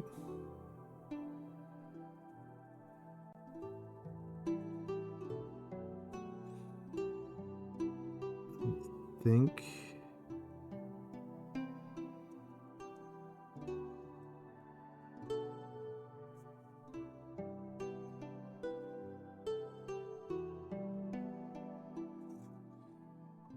maybe not sure about this. Not sure about this one.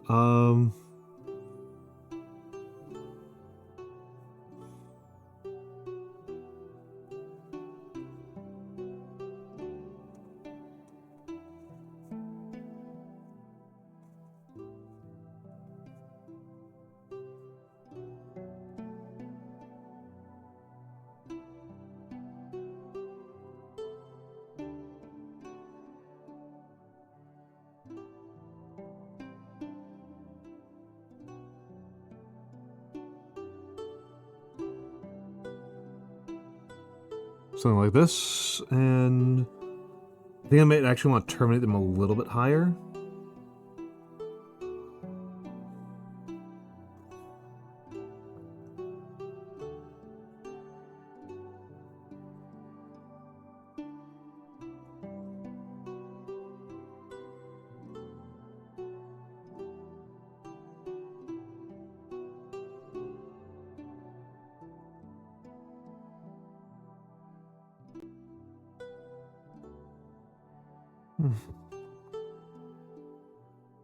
This is stupid. This was stupid. This was stupid. This was stupid. Not sure. I don't like that super much. This is going well. This one's going well up here, though. I might make these two more similar. This is me once again trying to get into those like square leaf patterns.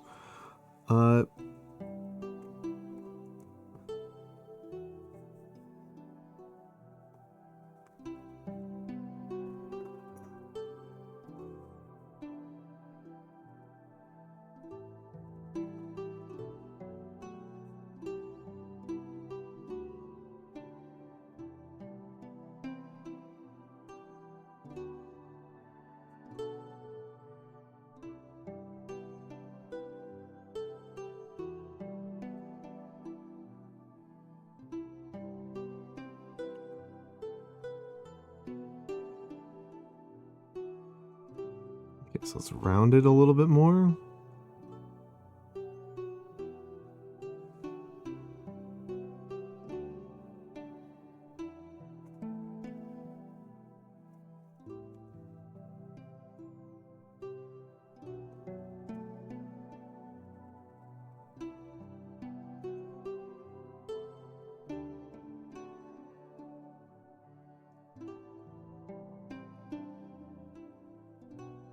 There we go. I like that more.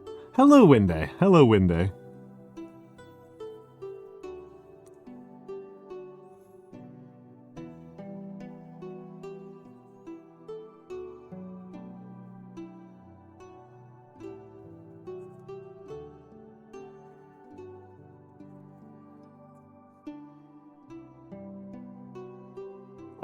Because people keep on asking about why the numbers are not multiples of 100, and that's why. It's because they're based on, they all have that. All of them, all of the redeems should have that, except for, tall and small, which they're just based on the number 1000. I don't actually know anything particular that happened in the years 999 or 1001. Maybe if I was smart, I would have something from the Islamic calendar. Where's your 1453? 1453 might be somewhere around there. I don't know. It might be one of the ones that's buried. I think 1076 is currently a buried one. Currently a deprecated redeem. Where's 1453 on here? It looks like I don't have a 1453. Womp womp. Yeah, no, okay, there's 1076. You're right.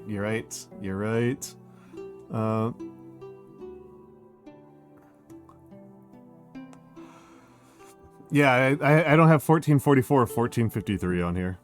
1076.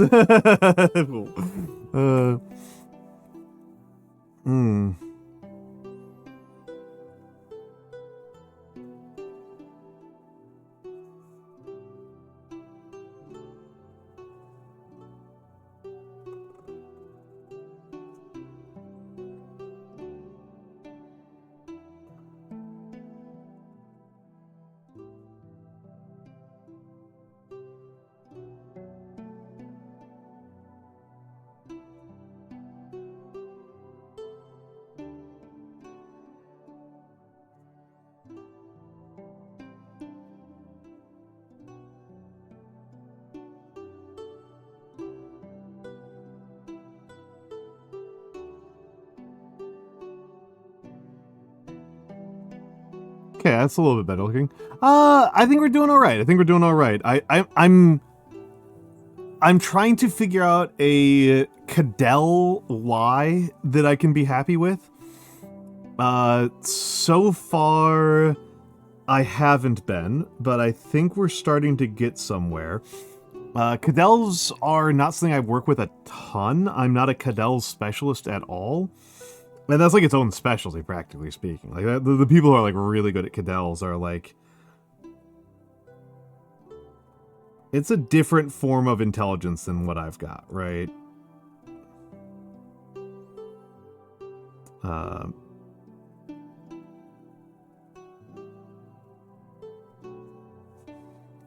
So there's this is a lot of experimentation. I'm starting to get something. This one I screwed up because it's not tight enough. This one needs to be tighter.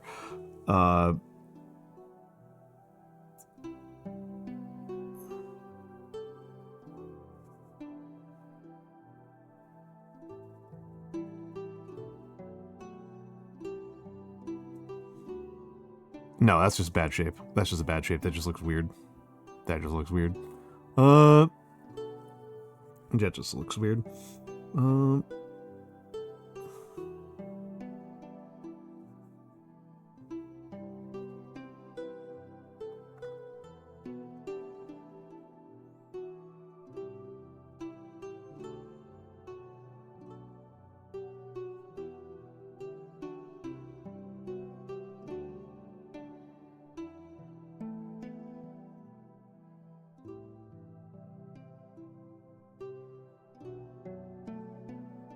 So yeah, this has kind of been what I've been on the kick on for tonight. I have a specific quote that I want to work with, and it begins with a Y.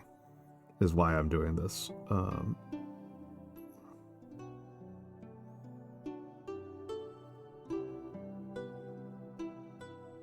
And yes, it would be easier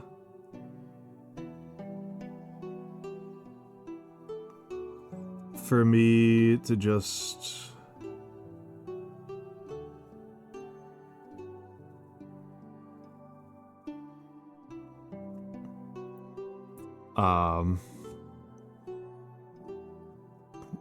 it would be easier for me to just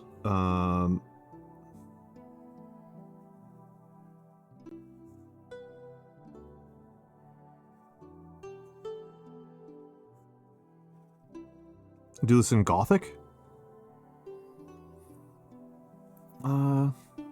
This is getting there. This is getting there. This is... I think it needs a little bit more distinctive. It needs something to make it a little bit more distinctive. I don't think this is actually very legible as a Y.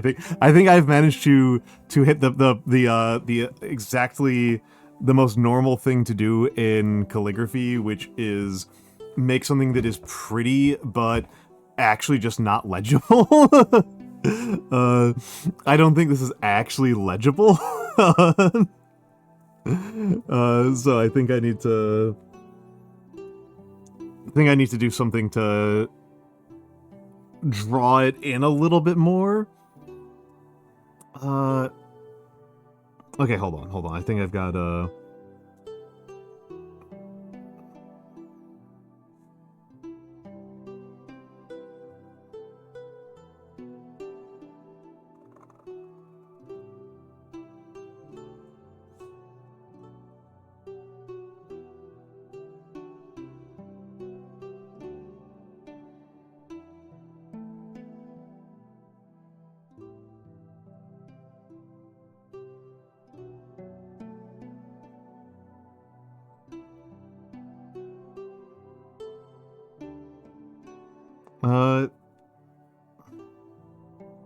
let's just try doing a single infinity loop.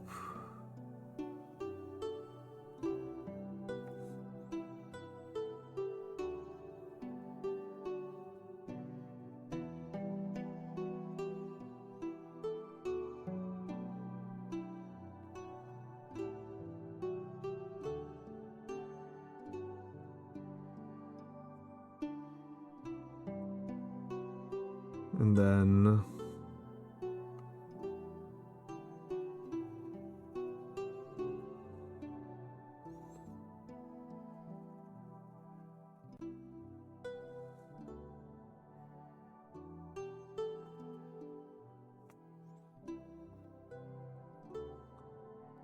does this look legible as a Y to you folks?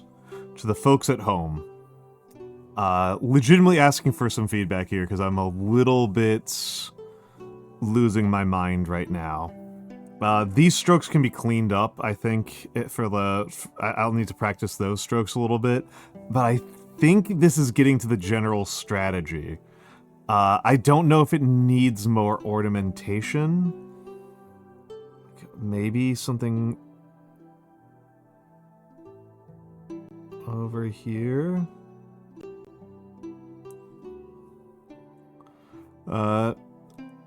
Yeah, that's an improvement right there. That's actually an improvement. It's actually a meaningful improvement. I do kind of want to see if I can pull these three in a little bit tighter, but there's only so much pulling in that I can do before they just stop. I generally can't? Okay, that's a really good sign. That's a really good sign. That's a really good sign. I'm gonna put some practice strokes in here before I start doing the drafting for the actual quote.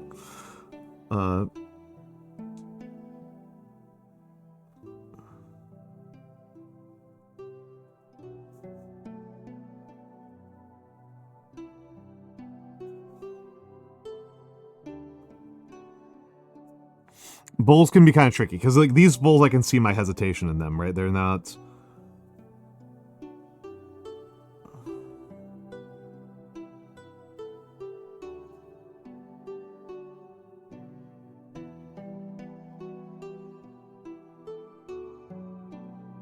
See, I can see the hesitation there. That's unacceptable. Okay. Locking in a little bit, turning my lock in up by like 15%.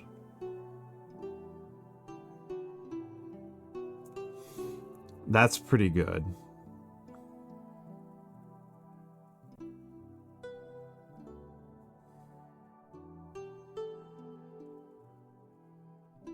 Bad.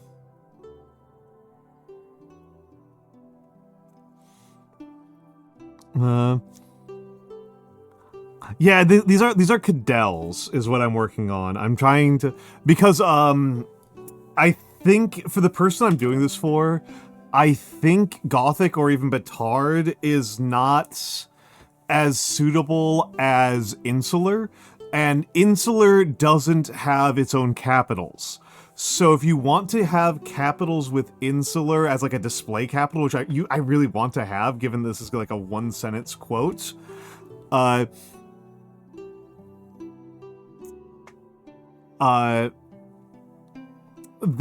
I really, I need to use either a Lombardic or a Cadell for a display capital, and I just kind of hate working with Lombardics. I do not enjoy Lombardics. They do not play to any of my strengths. I understand why they're popular and what their virtues are, but they don't do the things that I want them to do, and I'm just never happy with any of my Lombardics. Cadells, I'm also not generally well practiced in, but at least I understand philosophically what's happening. And the big thing that's kind of philosophically happening, right, is that, like, this is the one where everything looks like it's made out of Celtic knots. Cadells is how you make a letter look like it's made out of a bunch of Celtic knots, which is why I think it works. I think it's why I feel at least like pretty acceptable. Why it feels good to use it with insular.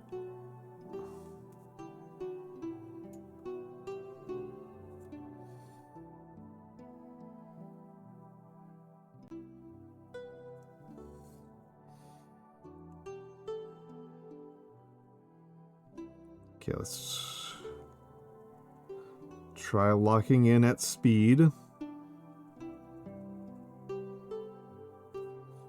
Okay. There we go. There we go.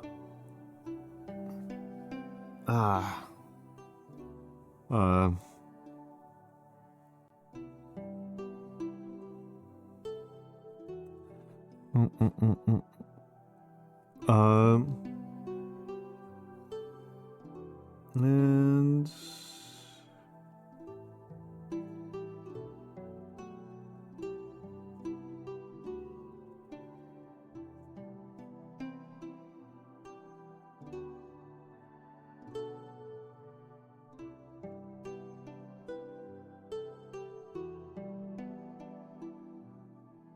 let's try another one.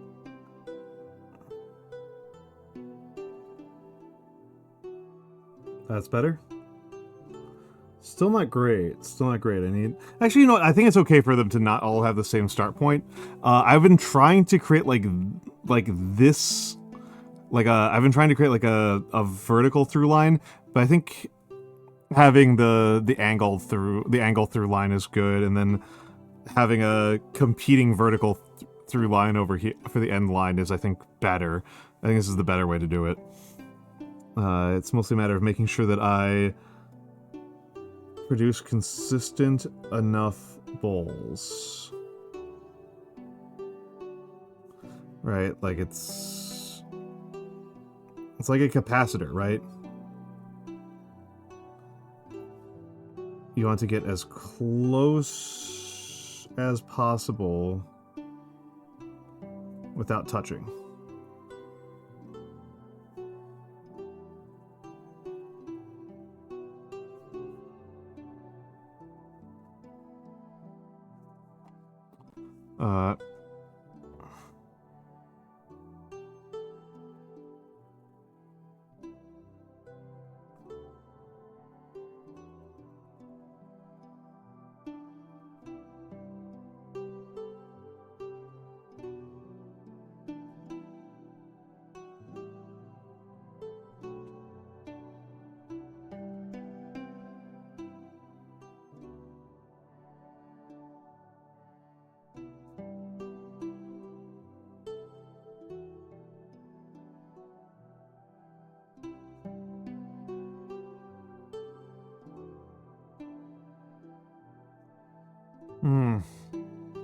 All right. All right. Let's revisit this a little bit more.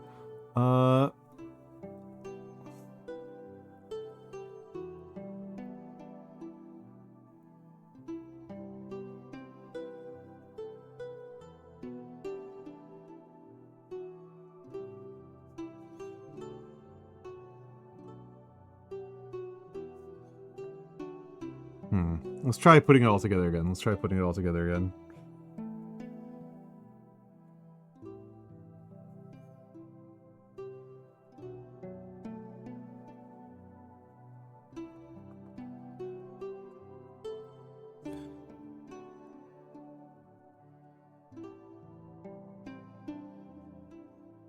And come around here.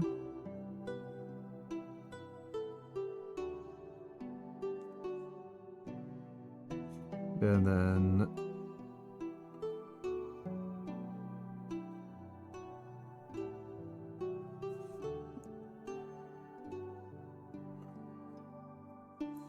that was a bad touch right there, but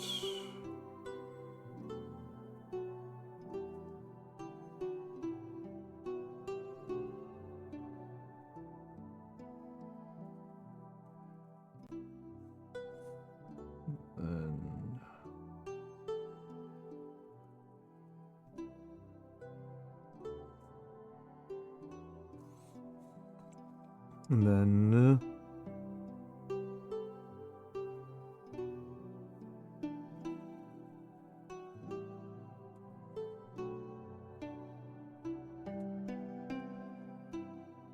okay, I think there we go. And let's try putting it together just in terms of composition style. Because I was planning on doing this one with the 2.4 and then the 3.8 for the actual text, right? Let's get some lines underneath it.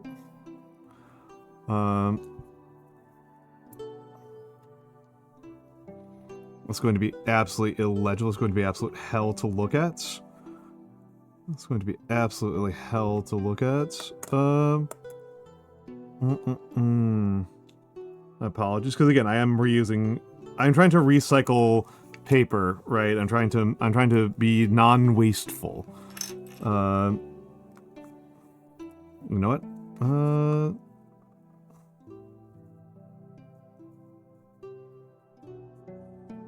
Something like this.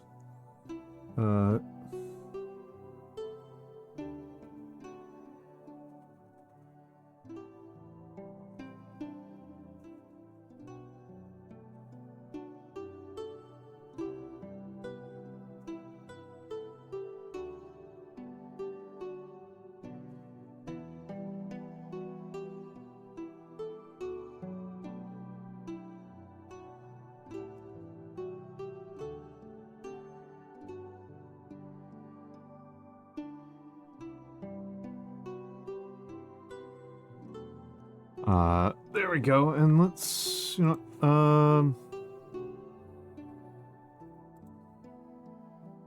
there we go.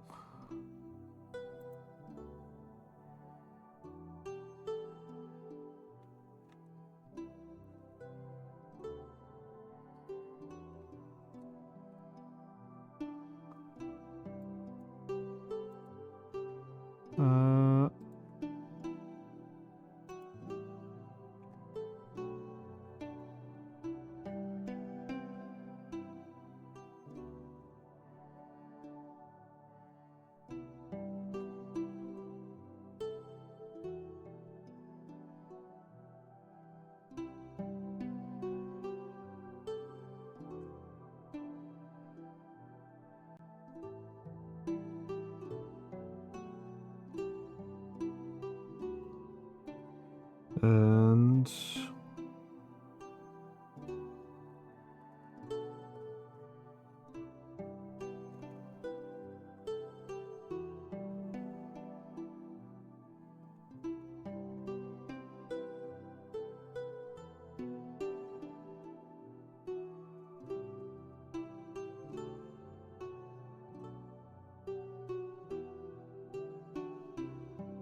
there we go.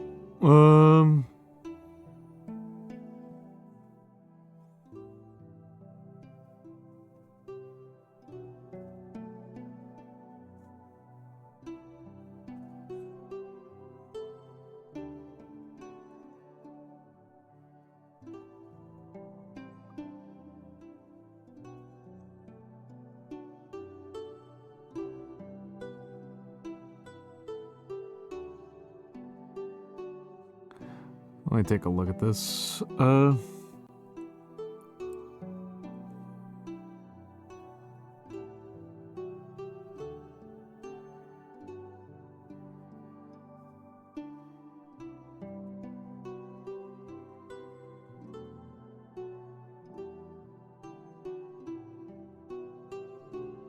Bad A. Bad A.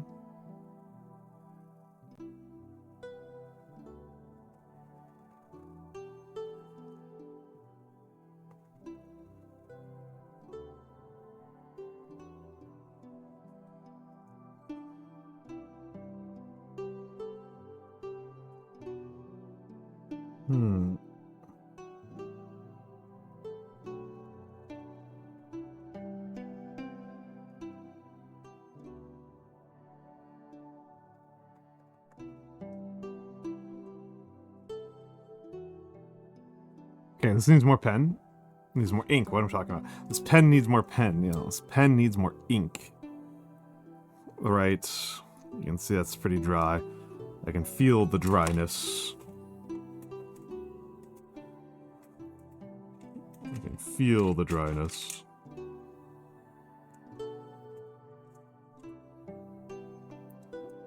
Pen, assemble. Syringe, assemble. Alright, and let's get that together. And my sailor black. One day I will be free of you. How much do I have of this left? Holy crap.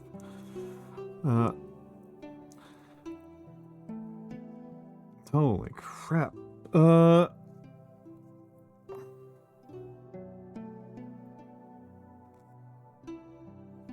This thing feels bottomless.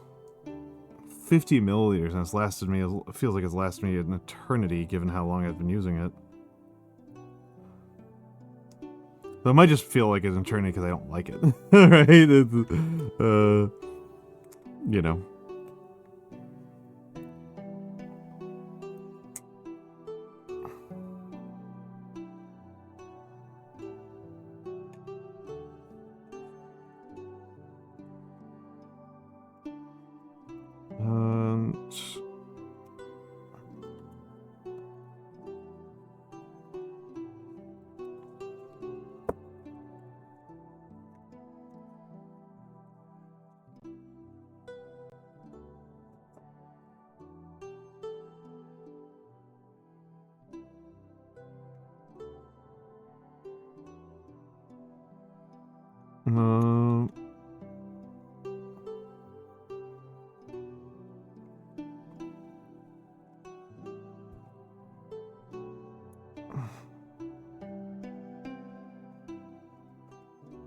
There we go.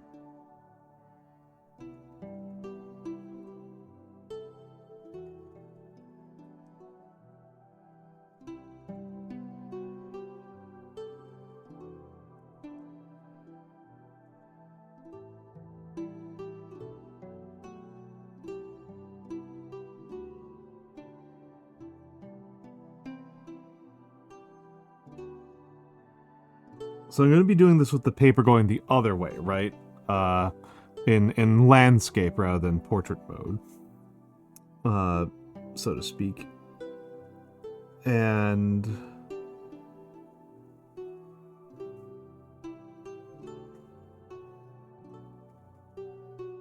bad you right there.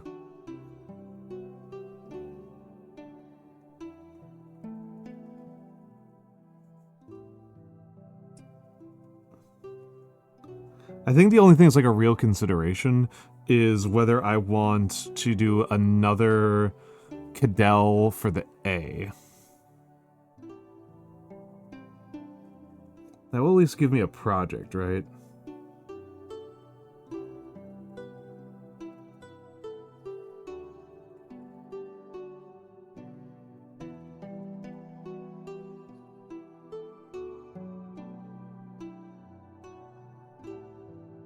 And you ain't what you ain't.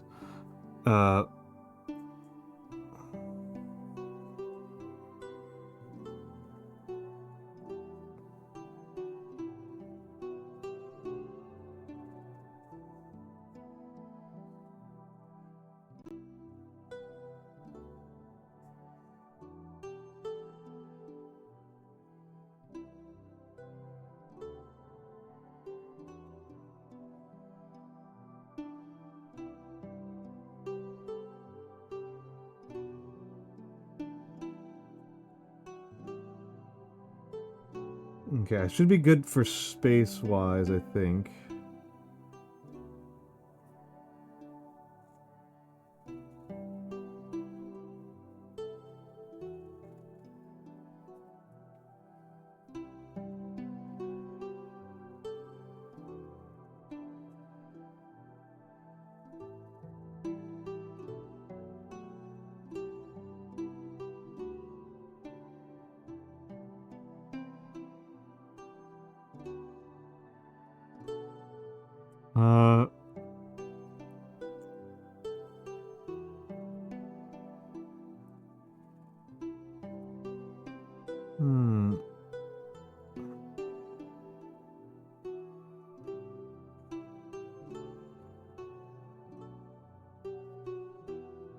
There we go. Looks pretty good.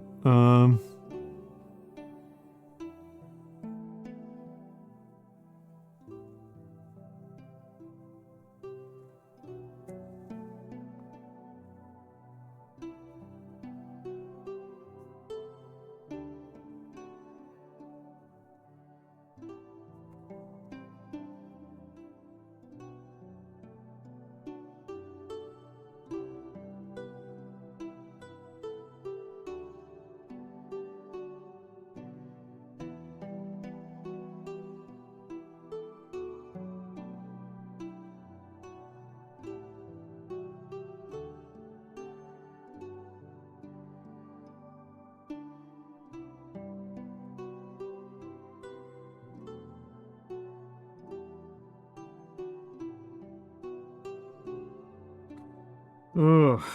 Okay. You are what you are, and you ain't what you ain't. This is John Prine. I believe it's from a song of his. I am not particularly invested in John Prine, but the person I'm doing this for is. So I'm.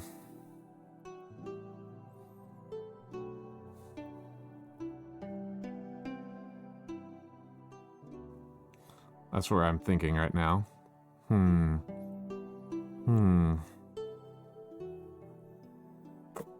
This reminds me a lot of the Undertale, you know, despite everything, it's still you, right? Despite everything, it's still you.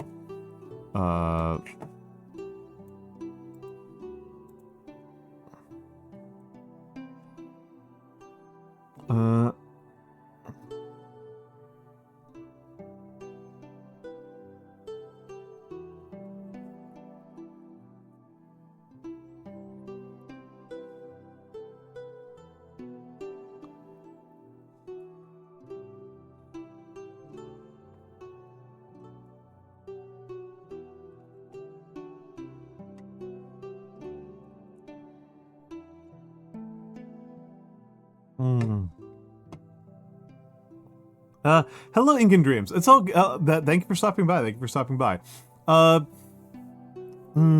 It's going okay. It's going okay. I'm testing out a letter form and technique that I don't bother with very much, which is Cadell's. I think this Cadell's Y is what I'm going to go with. I am trying to figure out if I want to also do a Cadell's A.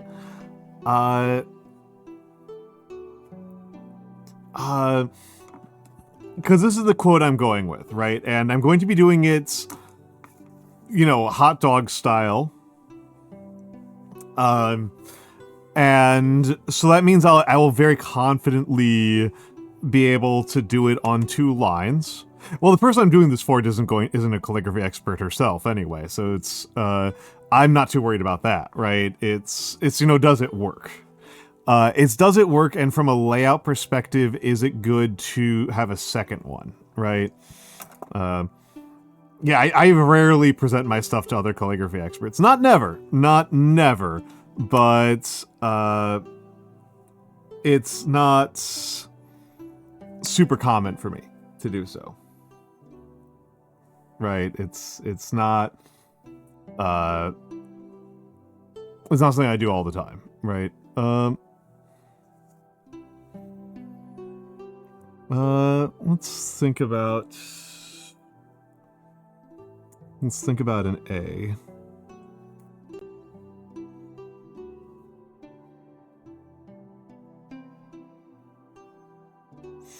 Okay, here's actually a good reason not to do a second Cadell's, is because I will go nuts trying to get the... part of why this worked was I gave myself the freedom to just, like, totally freehand it, and I will not feel free to totally freehand a second one. I will absolutely stress the heck out over that. Still gonna give it a little bit of a shot. So... I just want to do it like that, and then...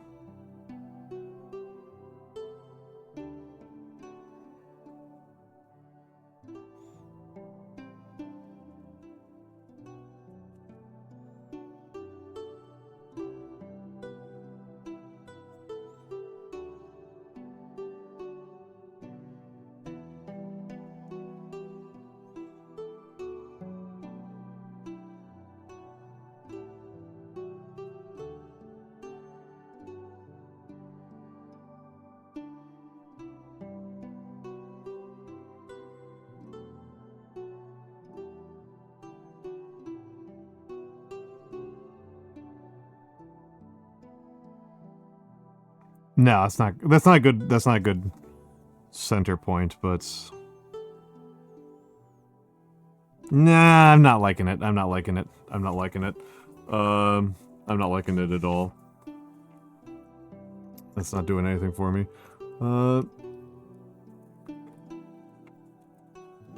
It's not doing anything for me at all. Okay. So,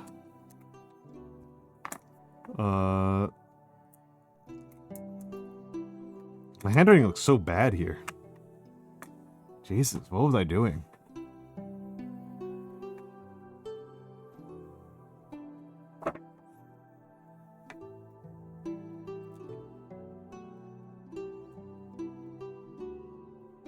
Okay. I'm kind of looking forward to being done with this sketch pad that I'm working from. Because it's actually pretty damaged. it's a pretty damaged sketch pad.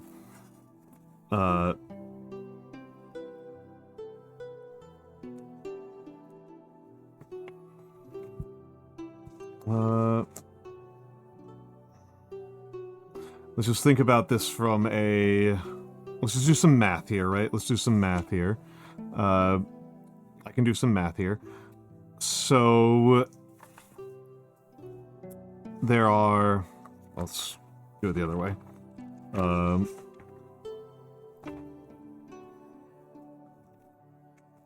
We can clothespin the top twice. We're not going to be using the top line or two.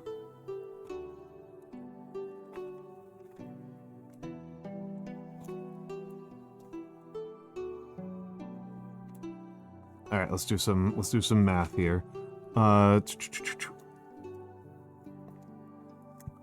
Uno, dos, tres, cuatro. What am I doing here? 1, 2, 3, 4, 5, 6, 7, 8, 9, 10, 11, 12, 13, 14, 15, 16, 17, 18, 19, 20, 21, 22, 23, 24, 25. Okay, 25 lines. Okay, well, ads are upon us. I will get up. So 25 lines. I'll try to remember that.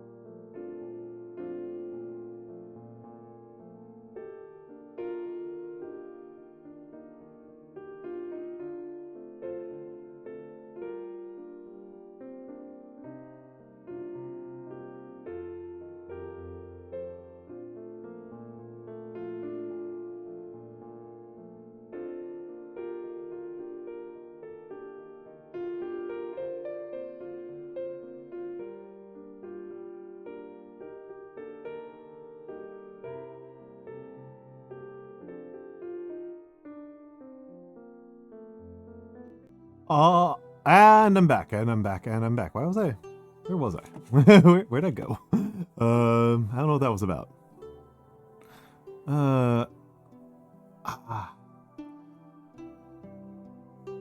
Let's think about this one for a second. Okay, so I've got 25 lines to work with, and I'm going to be using, let's go with 9 of them on the... So the actual regular letters, yeah, the moth rules. Thank you. The actual, so we need 4 lines per line, 4 lines per line of the actual text of the baseline text, and the cadels are quite a bit taller. Yeah, tattoos are pretty expensive. Yeah, that's very, very understandable. That's very understandable.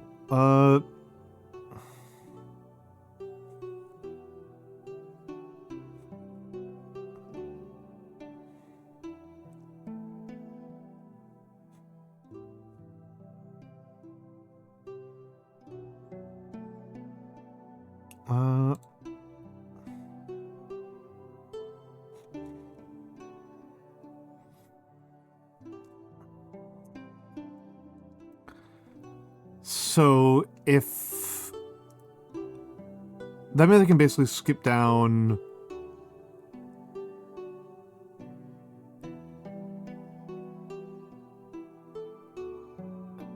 eight lines, and let's think about this. We can line this up, right? So you are what you are. So we want to start pretty far to the left. We don't actually have that much space, right? Let's think about this. And you ain't what you ain't, so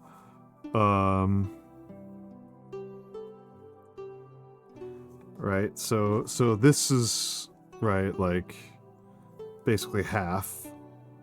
So I can start, this one's gotta start like almost all the way on the left side if I want to not run out of space. And let's see, you are what...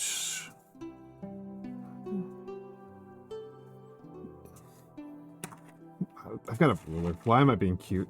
Okay, I'm being cute because I don't remember where I put my ruler. There it is. There's my ruler. Okay. So 7.7 3/4 plus another 1.5. 7 3/4 plus 1.5 is 9 1/4. So 9 1/4, something like that. So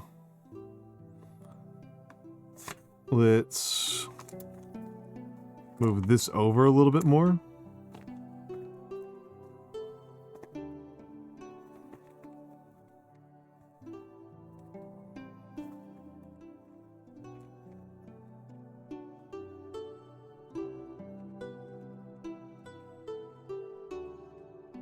Okay. So there we go. And we want to start 7 lines down. 7 lines down.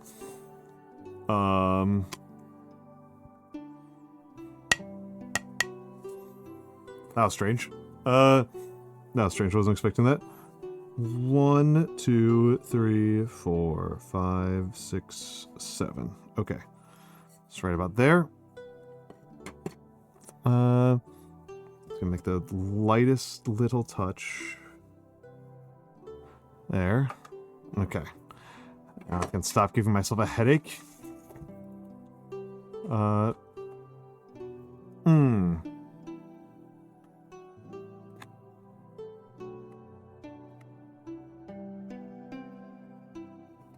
The purpose of education is to change the student. The purpose of education is to change the students. To the extent that the education system should meet students where they are at, it is only in greater service of making sure that those changes happen. Right, so, you know, if we're talking about teaching people, you know, a student having poor motor skills shouldn't prevent them from being able to learn math, right? And so your math class should not include make or break movements based on the students' motor skills, right? Like, you shouldn't be disqualifying students because their hands are too shaky for them to draw a circle. Like, that's not actually that important. But, you know, it's worth pointing out, right, that I am coming at this very much from, like, a higher education point of view.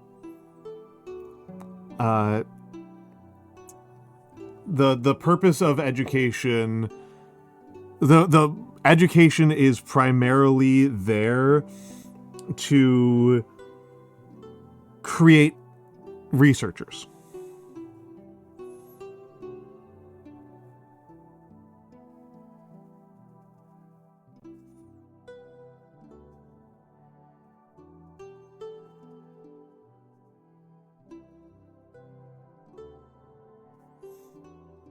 The research is not done because it's cute. The research is the actual point, and the education is a thing that has to happen, or else you don't have more researchers.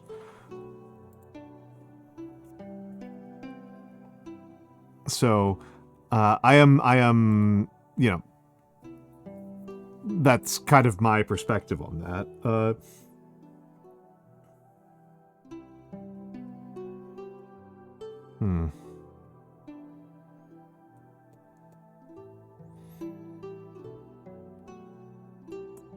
And so I am deeply suspicious of programs that people propose where they just don't teach students because it's more fair to not expect anything of the student, right? So like, the big one was there was a big movement in literacy education in the United States, where we tried to where we tried to not teach phonetics, because phonetics are more challenging for some students than others. And what wound up happening was that students just simply didn't learn how to read. It turns out that we just actually do not have a better method of teaching students how to read English than phonetics. We just don't. Yeah.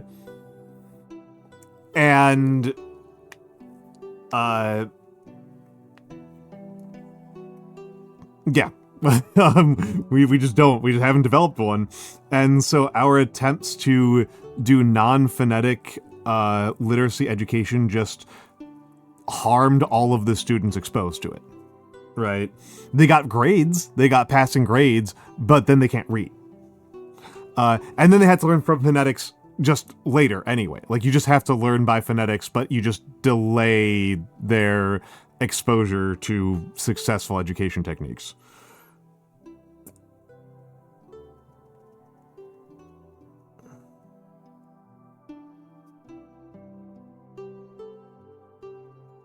Sorry, locking in a little bit here.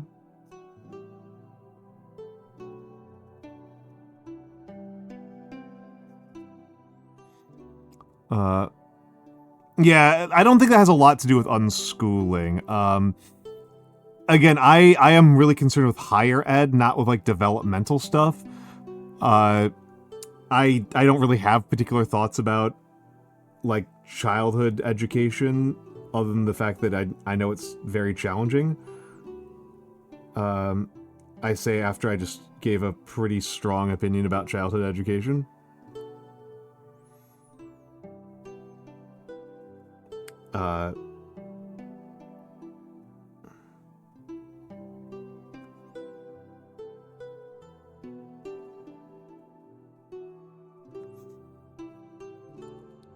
I mean, that's what people are doing here. Yeah, you can ask. You can ask. I might not have an answer. There's plenty of stuff I don't know anything about, right?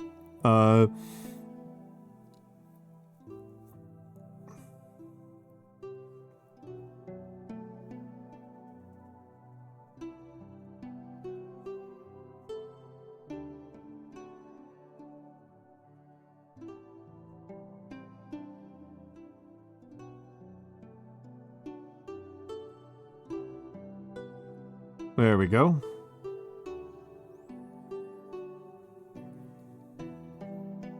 All right.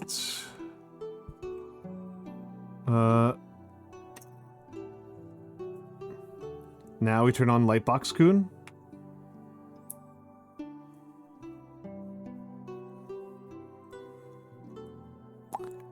And let's screw that in a little bit tighter. I can feel that thing, not biased at all.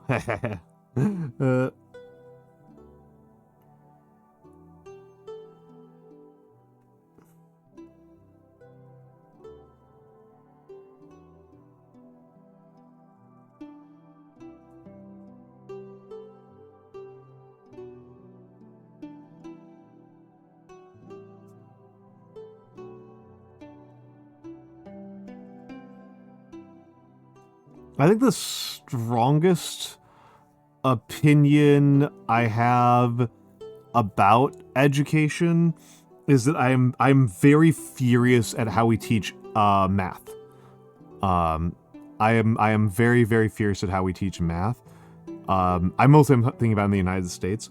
Math is something that when people say that because they had trouble with a math teacher, they are unwilling to do basic math as an adult, I am sorry, but I kind of have the same emotional reaction that I have to, like, guys saying that they don't use soap in the shower. Because, like, their mom told them to. I am sorry that the education system did badly by you, but it is simply a basic skill that is just too useful, and I don't really have a lot of respect for that mentality. So you never need to study until you got to university. How can you get the discipline to study on your own? That's tricky. I found that I really thrived once the harder my schooling got, the better it was for me. I didn't develop good, I did not develop good techniques when I was young because I was able to coast on my, like, really, I tend to say my emotional intelligence. Exam writers kind of write exam questions in a way where there are all sorts of little hints in the question that guide you towards the answer the test maker wants you to choose. And so you can answer a lot of questions on a standardized exam without actually knowing what the answer is, just by knowing, like, not the Socratic method at all. Like, almost the exact opposite of the Socratic method. Almost the exact opposite in Sensato. The technique is probably closest to cold reading. Yeah. Yeah. And that's how the SAT works. That's like how I did well on stuff like the SAT and GRE. Is not necessarily by knowing, is like the people who make standardized exams are looking for a kind of person. And so if you can figure out how to roleplay as that kind of person, you can get very far. It worked. Brutal broth soup gravy. Extremely Asian, but brutal. And so I didn't do very, SAT is the closest thing that the United States has to a national standard exam. It is officially not our national standard exam. It is officially a private company's standard exam, but it is effectively our national standard exam.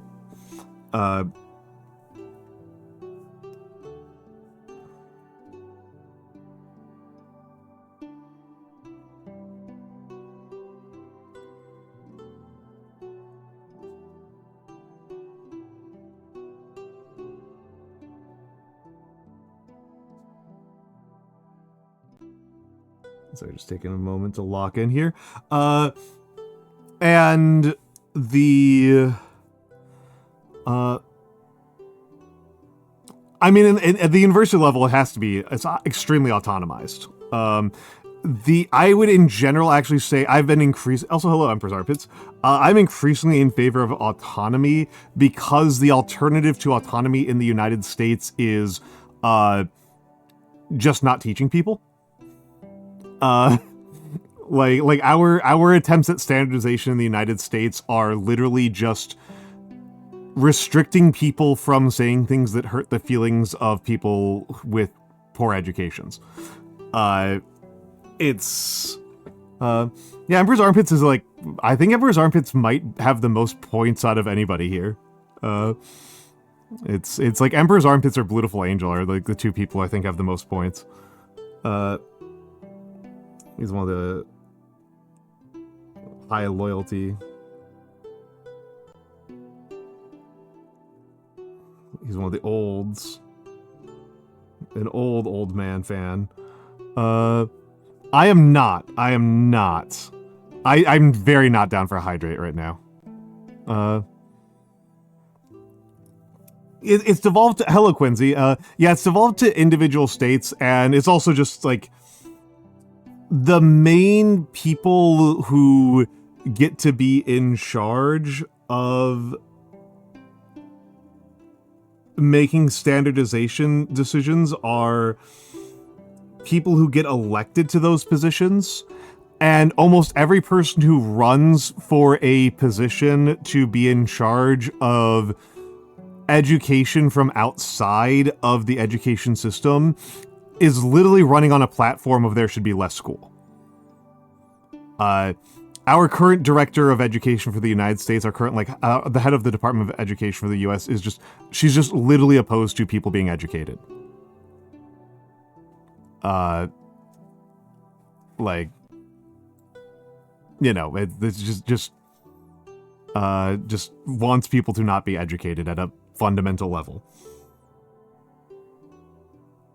So,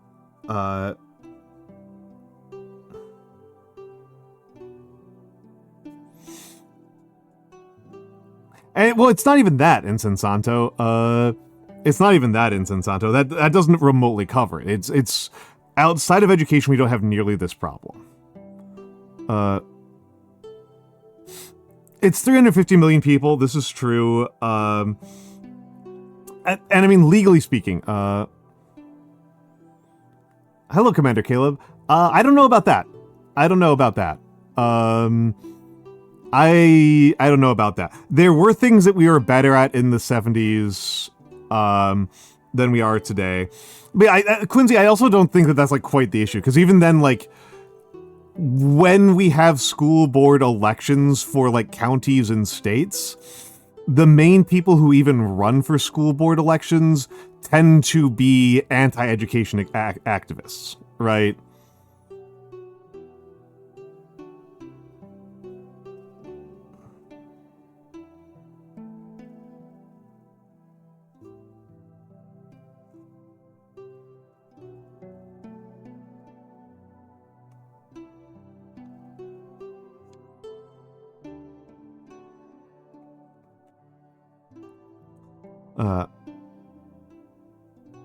Yep.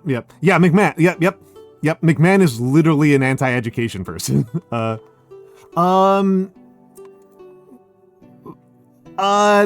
So there's always been that since, like the anti-intellectualism in the United States is something we inherited from the UK.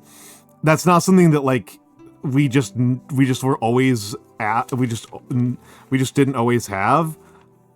We've always had a certain amount of anti-intellectualism in this country. However, there is a big turning point in the Bush administration. There's a really, really big turning point in the Bush administration where the Bush administration more or less made it official policy that, that scientific inquiry as a concept was unpatriotic. So, you know,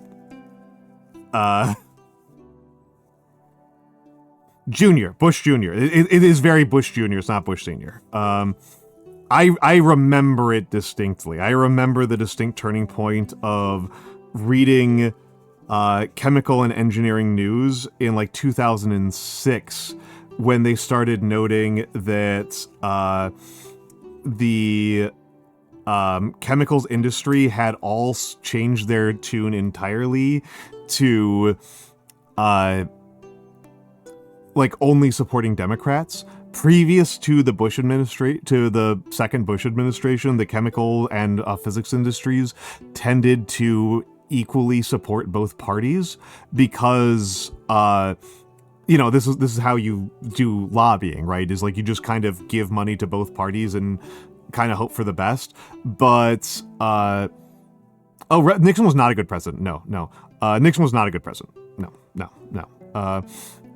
And I'd also say Incan Dreams, don't forget Carter has a huge influence on destroying science in the United States. Carter was actually a really anti-science guy. Carter broke pharmaceutical research for the entire world. So, you know, it's not...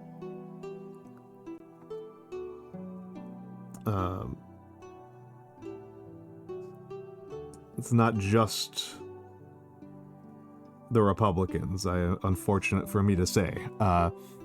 Always forget about Carter, yep. Always forget about Carter.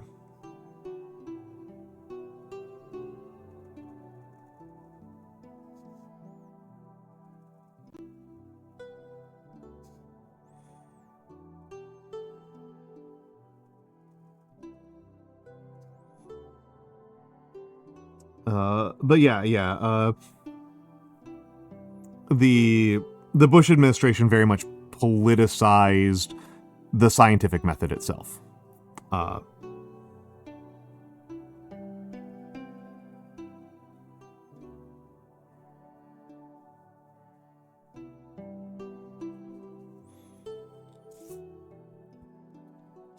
So that's, you know, a real challenge right there, right?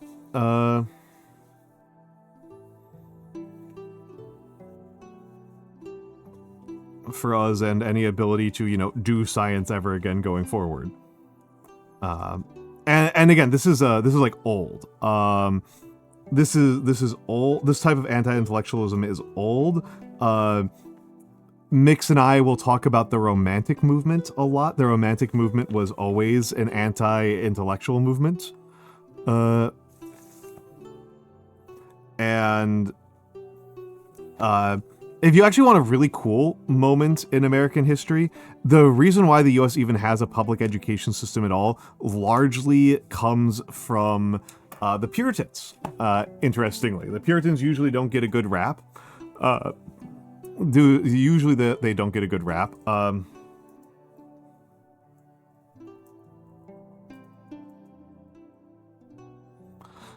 But they did establish our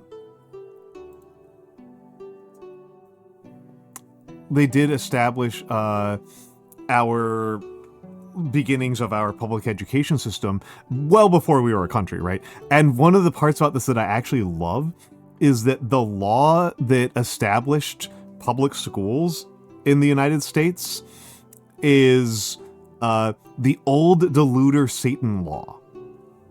And this is just like on the books. The old deluder Satan law. I think this is adorable. I think this is an adorable name for a law. Yeah, well, yeah, Commander Caleb, that's actually like a really interesting part of Prussian history. The desire to create the mechanical soldier, and the way that Prussomania affected the rest of Europe. I think that's actually really interesting.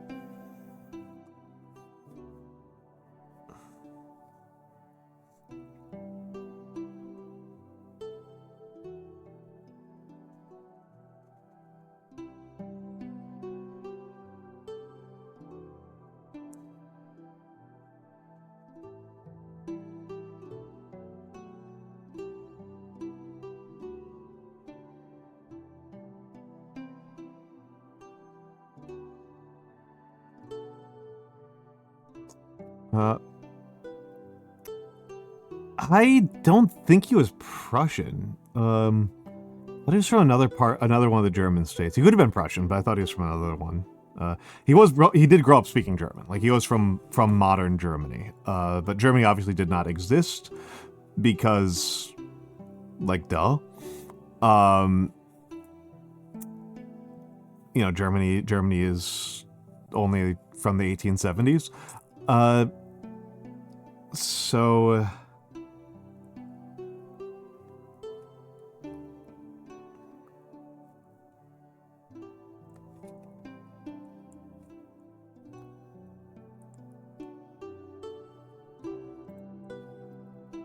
but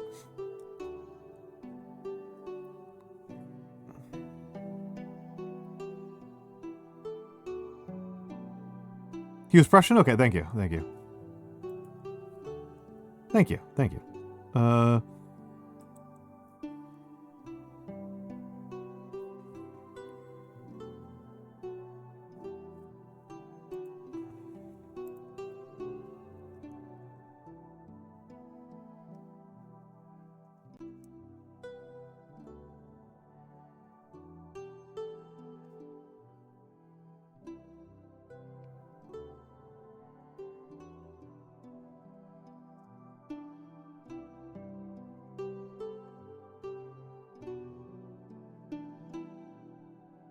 It's locking in a little bit here. Yeah. He was not welcome in Prussia, suffice to say. There's a reason why he spent most of his life in England. And it wasn't just because his sugar daddy lived in England.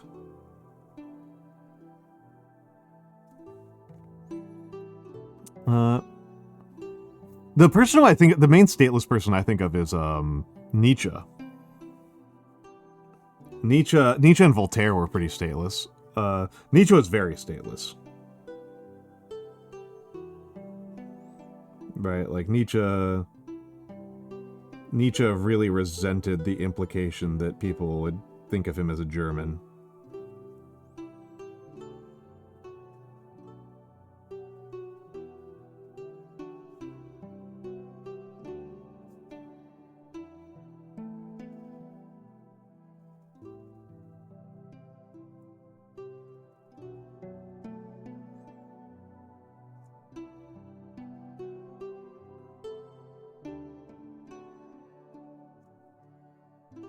Nuna! Hello, Nuna! Nuna. What's going on with the, is that Rot 13? Is that Rot 13 or are you just messing with me? You're literally gonna get me to check that. Rot 13... Yeah, Nuna's a friend. Nuna's a friend.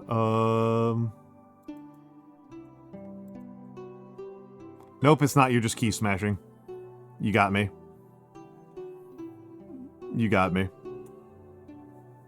But how you doing, dude?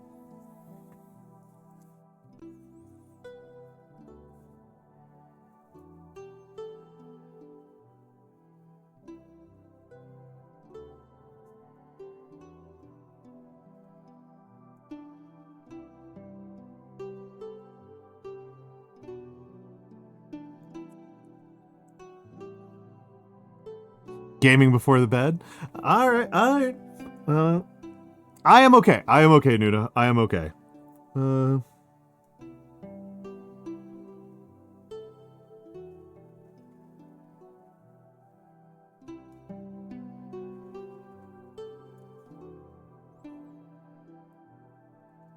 Not happy with these H's.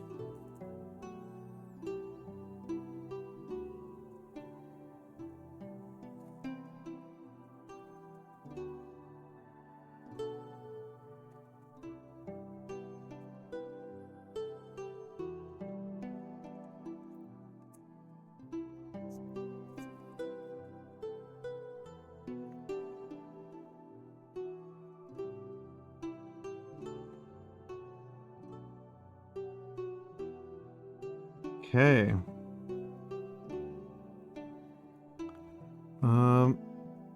Might actually get this done in one go, which would feel incredible.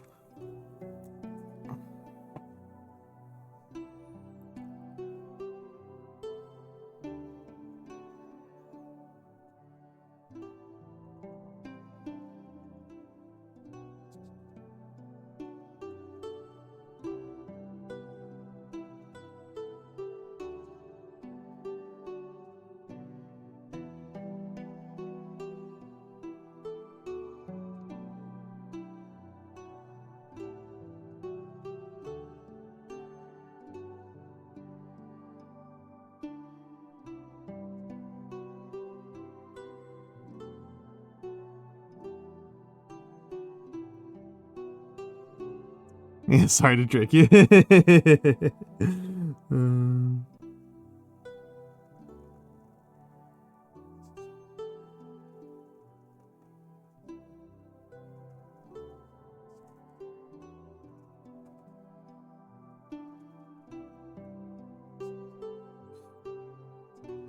But yeah, Nuna, people check out Nuna. People check out Nuna. Nuna knows more about guns than like anybody else. It's not, that's not like a joke. That's not like I'm not like messing with you. Nuna knows so much about small arms. It's genuinely kind of staggering. I think there's literally nothing on the planet that I know even 50% as much as Nuna knows about small arms.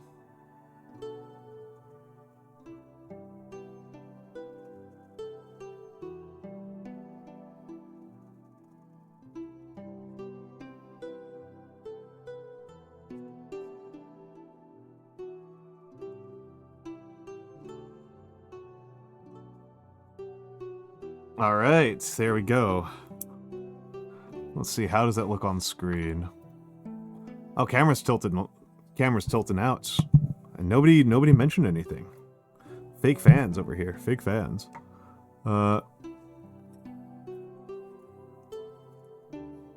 didn't say you know everything about guns, just... Well, maybe I did. Just so you know an alarming amount about guns.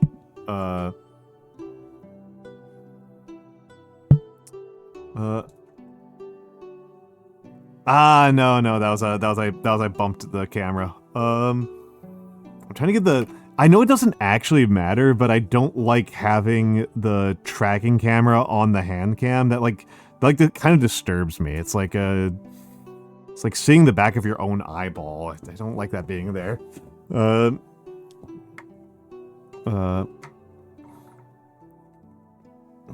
find it like upsetting in some way that I can't understand.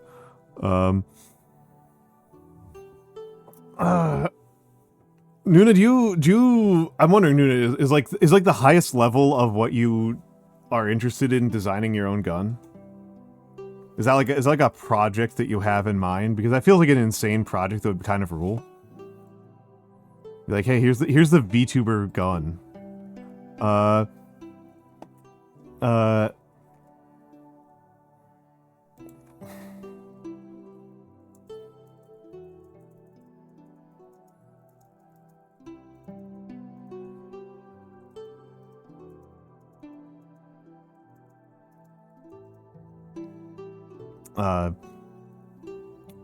I felt so yeah. He'd love to have a firearm merch. Oh, yeah, like mag sleeve or like a lower sleeve. All right, Ink and Dreams, have a good night. Have a good night. Have a good night. Have a good night. Have a good night. Have a good night.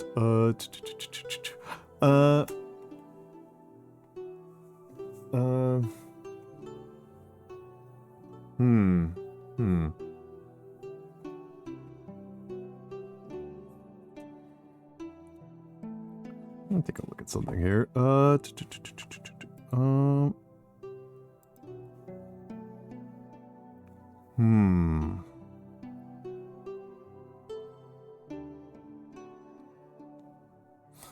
Yeah, that's what I was thinking. Like, you'd have to be like an actual weapons engineer.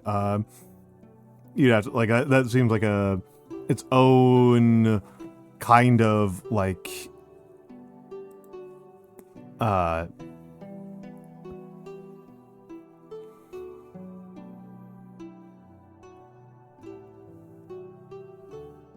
its own kind of like can of massive worms.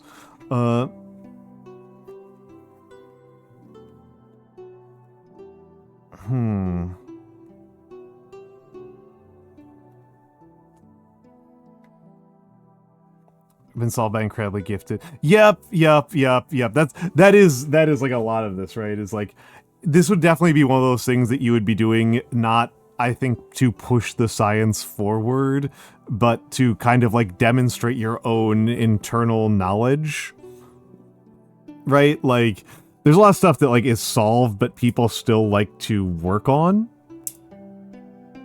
Well, that's not good. Sorry, I just heard one of my arms crack. Not like my physical arms, not like these, but like the mounting arm. The mounting arm is I heard the mounting arm crack, and I don't like that at all. I don't like that at all.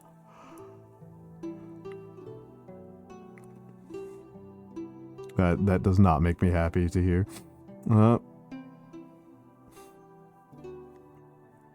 But think about it, Nuna. Think about it. You could make an incredibly impractical gun, right? You could try to replace the Kraut space magic with Korean space magic and make a caseless submachine gun. Make a caseless P90. Make an absolute hell weapon that would make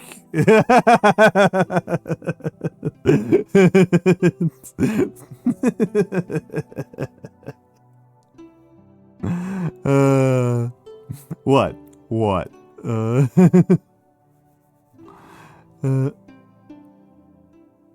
no, I didn't hear this at all. Didn't hear it at all.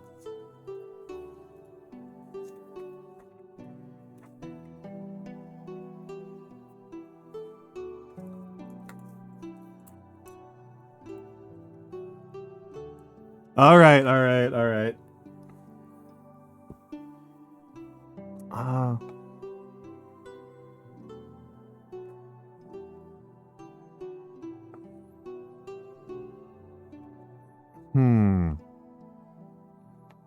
What to do now? So yeah, that's what I want to do. Is this is the thing I want to do tonight. This is what I want to do tonight.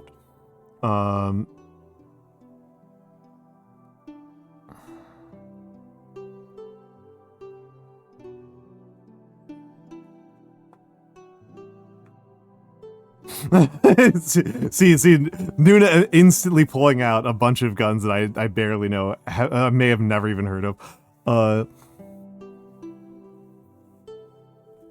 The FAMAS I'm familiar with because it's in video games all the time, which is not at all a sign that a gun is like good, because like the what's it called, the Spaz 12 is in like every video game, right? The Spaz 12 is like a top like 5 video gamed firearms of all time, and it's just like not good, like at all.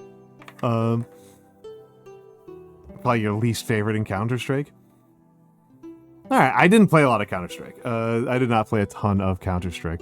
Most of my gun opinions is in terms of like the video game that taught me about guns, it's definitely Stalker. It is absolutely Stalker. And so that means that my favorite was the FN 2000. I really like the FN 2000. In no small part because in Stalker, right? In Stalker, the having an underbarrel grenade launcher is really valuable. Yeah, it's the fish gun. It's the fish gun. It's the fish gun. The FAMAS in what's it called? Payday 2. The Payday 2 FAMAS is an extraordinarily funny weapon.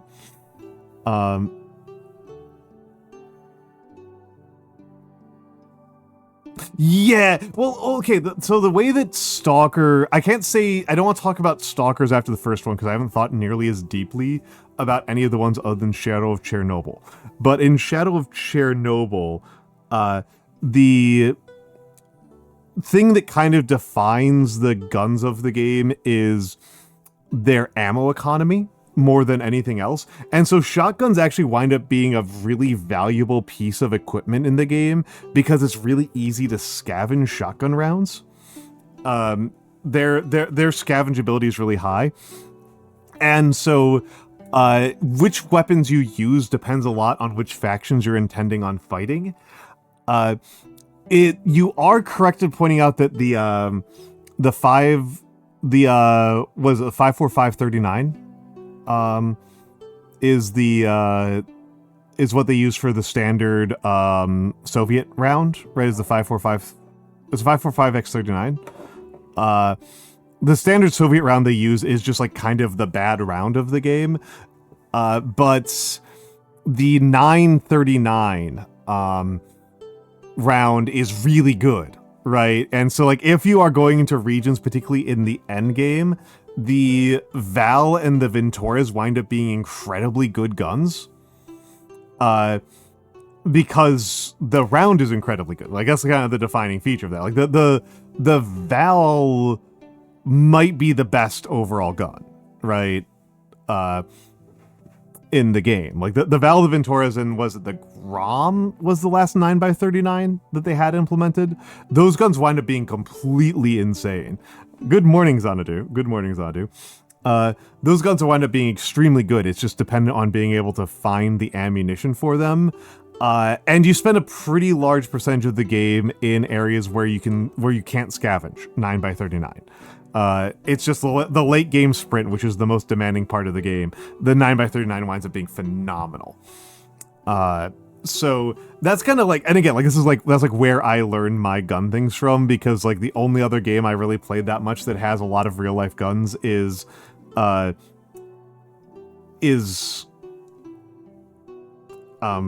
Payday. And Payday, it's very obvious that the guns are gibberish, right? That they're just it's so goofy. It's so goofy. And the FAMAS in Payday was the reason why this reminded me. The FAMAS in Payday has the concealment. You can make a FAMAS in Payday that has the same level of concealment as like a Walther PPK. Like you can cut down an assault rifle to the level of not just being a pistol, but being an exceptionally small pistol.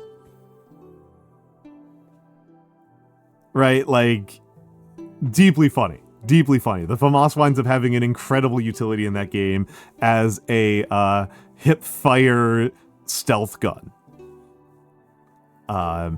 Because of the way, like, crit works in that game. Like, crit works around crit scales with your stealth stat. And your dodge stat.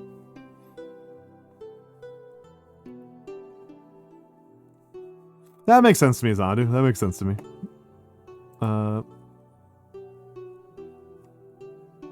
That makes sense. Oh,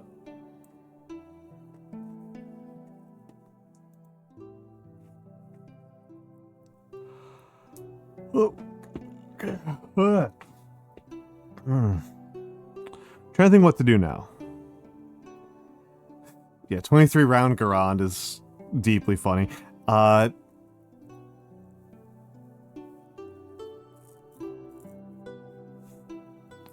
Where are we going on ads?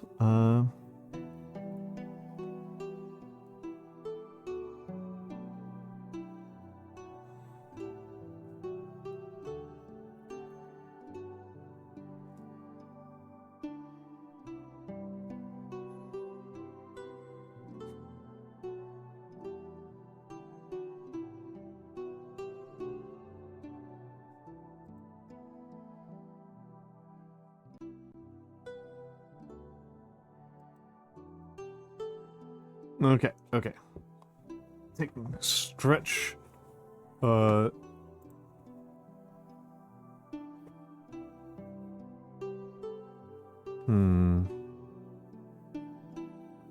Okay, okay. What next?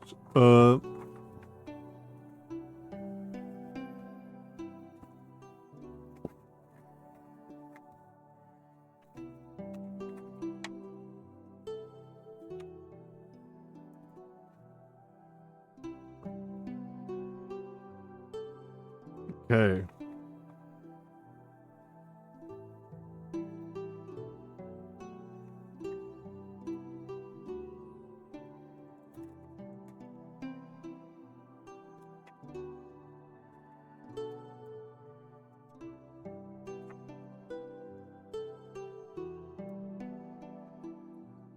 Put on the wrong cap. There we go.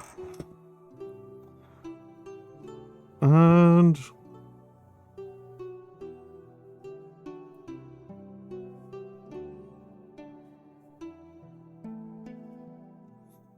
what should I do for the capital T here? What should I do from the capital T?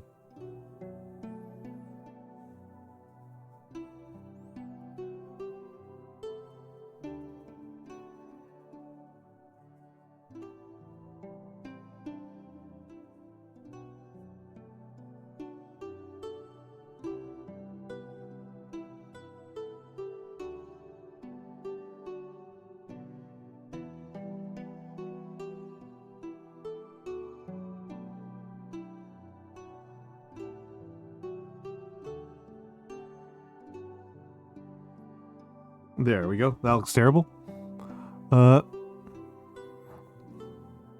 Big ol' ping.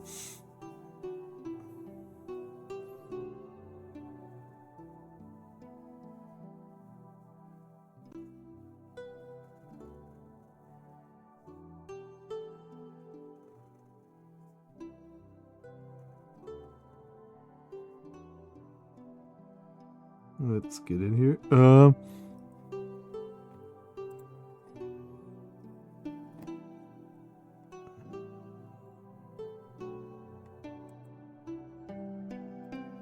Alright, let's get in here.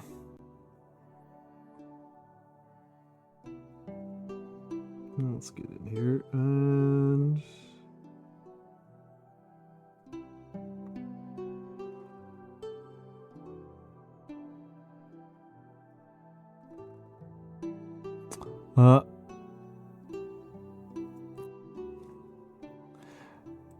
I will have to check that later, but I will not be checking it now at all, but thank you, Nuna.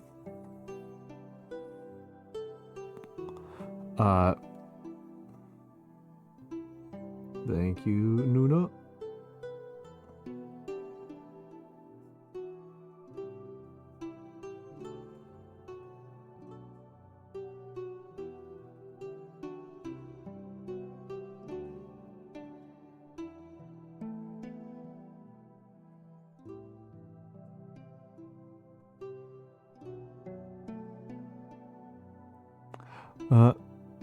I'm believing in you. I believe in you and your insane love of guns.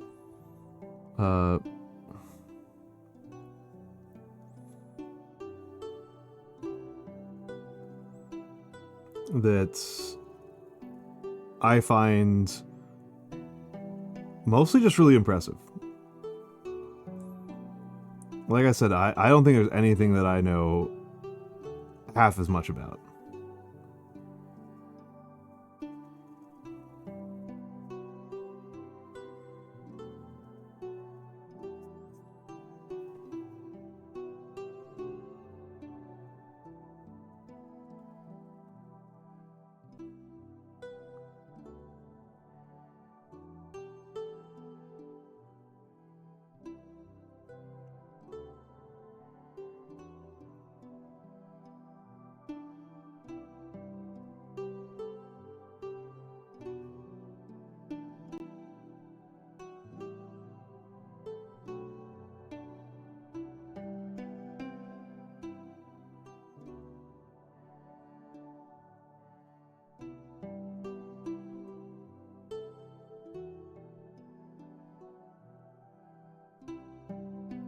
This is the main letter I like in this script, is this G.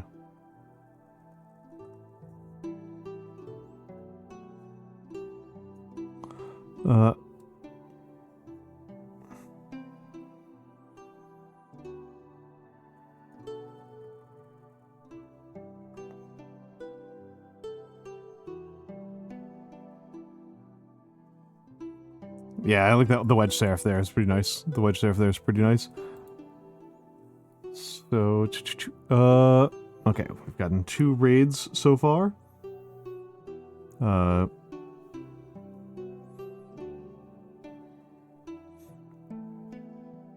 Which means I feel comfortable, using this one.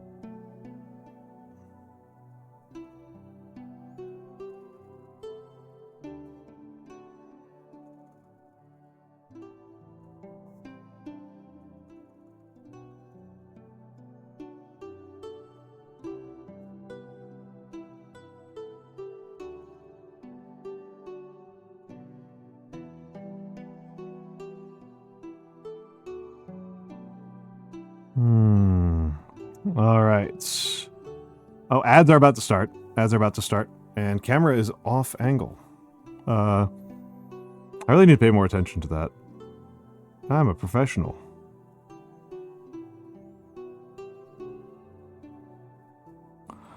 All right. Ads are going. Oh, dang it. I missed the prompt. Hello, Hoomter. Hello, Hoomter. We are about getting hit by ads. We are getting hit by the ads.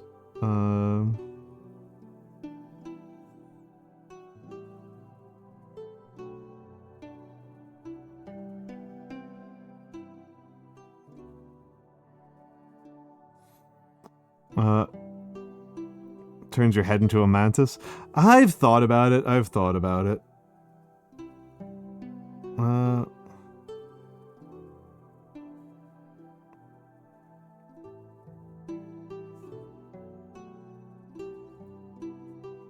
It wouldn't be very hard at this point, right? It wouldn't be very hard at this point. All right. I need to use the bathroom.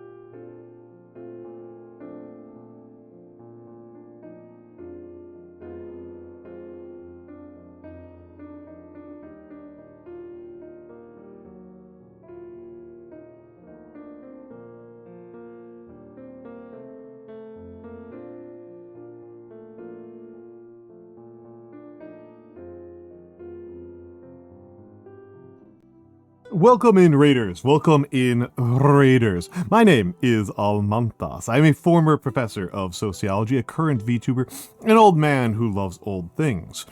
I do a lot of calligraphy here, as you notice. I am a calligraphy guy, and my camera. I don't like this at all.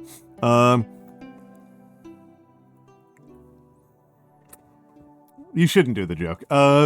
Welcome in, Noir. Hold on, what were you up to, Hyacinth? Synth. And let me say hello to all the raiders. Hello to AI_self. Hello, Hyacinth. Hello, Jay Plays All the Things. Hello... Hello, Orkinus_Orca92. Hello, Cage Nightwind. Hello, Michelle Obama Flotus. Hello to all the rest of the raiders. You were just chatting. What were you chatting about?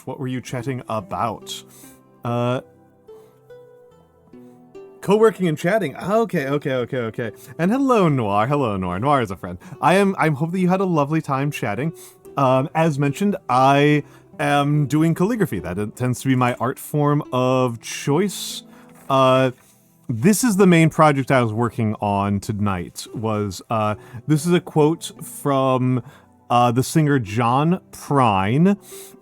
A family friend is going through a really challenging time, and John Prine is one of her favorite songwriters, so I did this for her. So most of today's stream was working on this letter.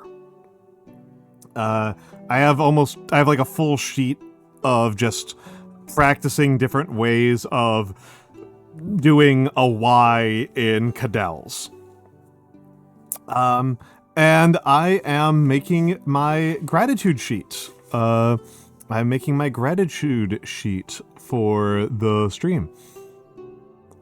So if you stick around for a couple more minutes, you'll see yourself on here.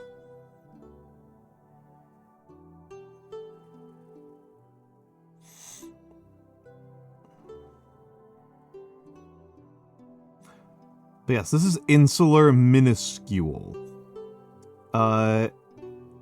It's not my most used script by any stretch of the imagination. I think I'm only kind of okay with it. But it affects a kind of folksy, intimate tone that you just can't pull off with Gothic. You know, like Gothic is always really severe and formal. Hello, Charlie FPS. Hello. But yes, also, I hope that all of you are having a lovely time. You're okay, Charlie. You're okay. People say that about you a lot. I would describe you as folksy. I think that that's fair.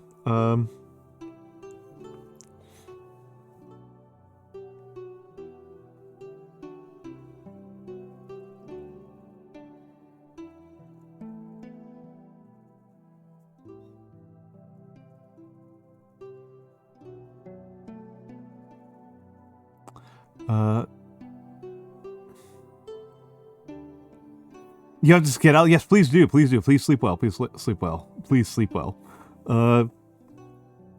Please sleep well.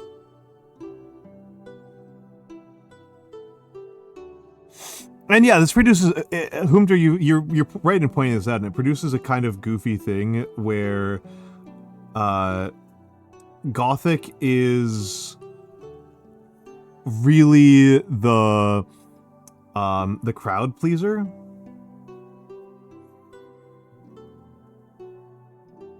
But it's actually kind of harder to find good uses for.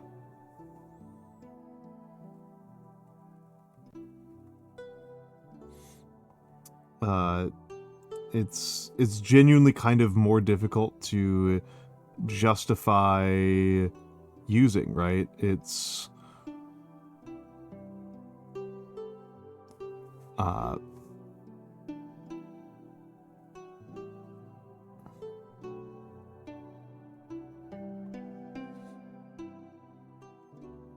because it's so extreme, right?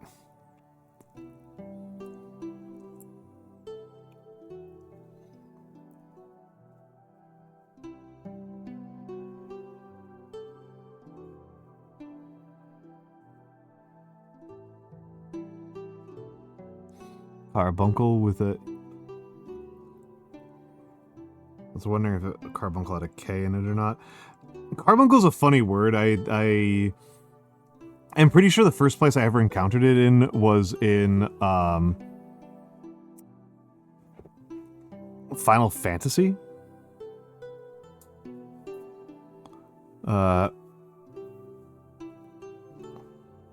Something dreaming or mysterious. I'm not sure. I'm not sure. I'm not sure. I'm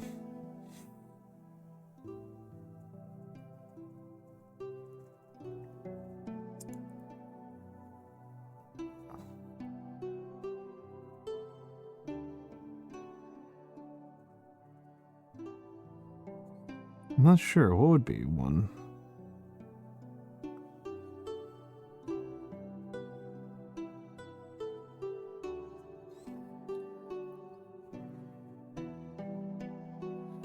Yeah, Zolby, I like it. Yeah, it's a Final Fantasy summon, and like what it means in so like I learned there, and then I was like, in English, a carbuncle is like a tumor. So it never made sense, right? To me, it never made a ton of sense to me.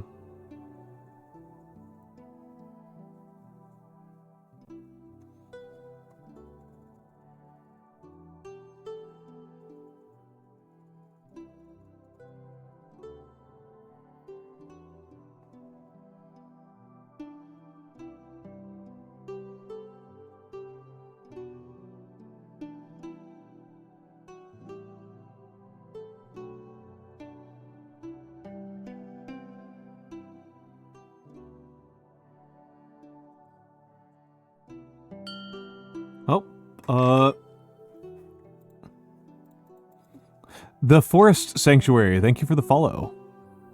Forest of Sanctuary, I'm sorry. The Forest of Sanctuary, thank you for the follow. Also, I missed it before. Sleeping_pineapple, thank you for the follow. It's my little guy. It's my little guy. Mwah. My cute little guy. Never gave him a name. I've never given him a name. We only have had him with us for about a month. He's only been with us for about a month.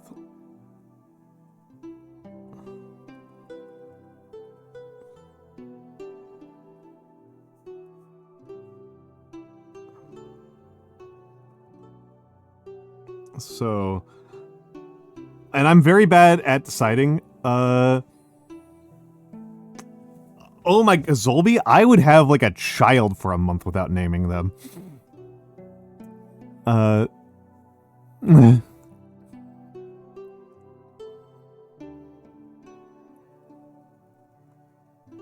I basically streamed for like 2 months without a name. I am so bad at coming up with names.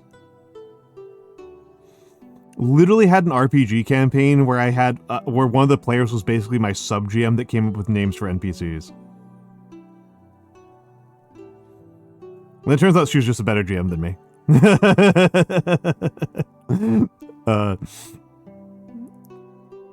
In like pretty much every way.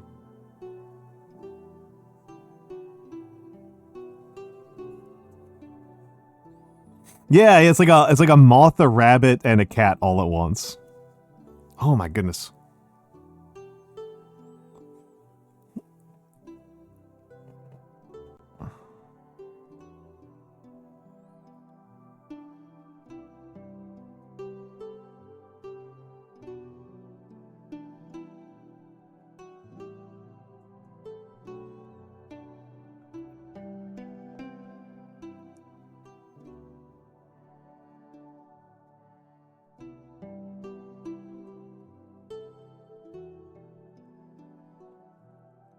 Okay, okay. Those are our raiders so far. Those are our raiders for the night so far.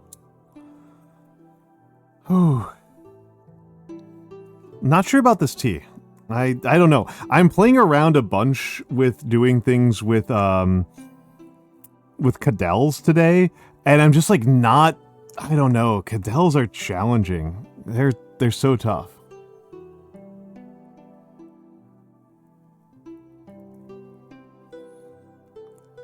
Yes. So Cadels are, they're when you are constructing a letter out of a lot of very tiny strokes to create this kind of Gothic knot, not this Gothic, this kind of like Irish Celtic knot effect of the letter. And these are relatively subdued Cadels. Like you can do Cadel lettering that is like hundreds of strokes. Like I've seen some crazy ones. And yeah, so that was the main thing tonight was this. Because the script I went with tonight was Insular. The script I went for tonight was Insular, and Insular doesn't have its own capitals. Insular doesn't have its own capitals, and so you use either Lombardic or Cadel capitals, and I just hate Cadel. No, I'm sorry, I like Cadel's okay. I hate Lombardic. I really do not like Lombardic at all. Zolby, thank you for the follow. I don't know what's going on with alerts tonight. But I do not like Lombardic at all. It does not feel good to me at all. The results out of Lombardic from people who are good at Lombardic are pretty good. I never get good results with Lombardic, and I don't like doing them, so I don't end up practicing them very much, so I don't ever get good at them. So that's kind of my feelings about that. Well, I mean, the thing is, like, the T I kind of just did off the cuff. This T was kind of off the cuff. The Y I did practice and analysis on all day, right? Like this was my first attempt at a Cadel Y for today. And I decided after a while that attempting to do these knot structures for the right side was kind of a dead end, and that I should go with instead the kind of swoopy Cadel school for this one, because usually you want to be making lots of knots, right? And I did pretty minimal knotting for tonight. You know, just at the corners is the only place that I wound up doing knots. And so, like, yeah, I put a lot more practice and thought into the Y than I did into this T. This T was pretty off the cuff. And so, yeah, I'm not surprised that the T kind of turned out not good. I think that since I'm using it as a display capital, if I had been more thoughtful about the layout, I would have, like, kerned it over the H, right? It would have been, like, way up here, and then the A, like kerning all the way over the H, would have been a much larger letter. Would have been a much wiser way to do it. Still, I'm not like a Cadell's master at all. I started Cadell's relatively late. Like, I almost never did Cadell's until I was a streamer, and even then, only the last couple of months. Hello, Gravy. Hello, Gravy. How was your birthday, Gravy? How was your gravy? How was the gravy day? How was gravy day? Golden Sun. Oh, Gravy! Thank you for the 5 gifted. Thank you for the 5 gifted. Gator gifted 5 subscriptions to the community. Yes, Kawaii Makoto, Rabid Mutt, Queen of Paper, Clunk Snuglet, and Michael66361. Be sure to thank Gravy for the gift subs. That was very kind of you, Gravy. I really appreciate it. I really, really appreciate it. It does make a big difference to me. As we all know, this is a public service stream. It is supported by viewers like you. These subs keep me in...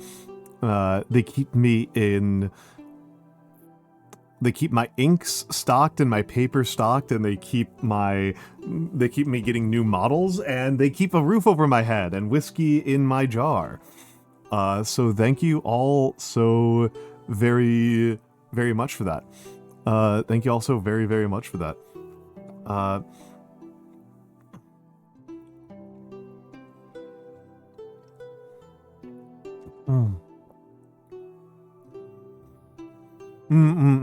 Also, I did test something earlier today.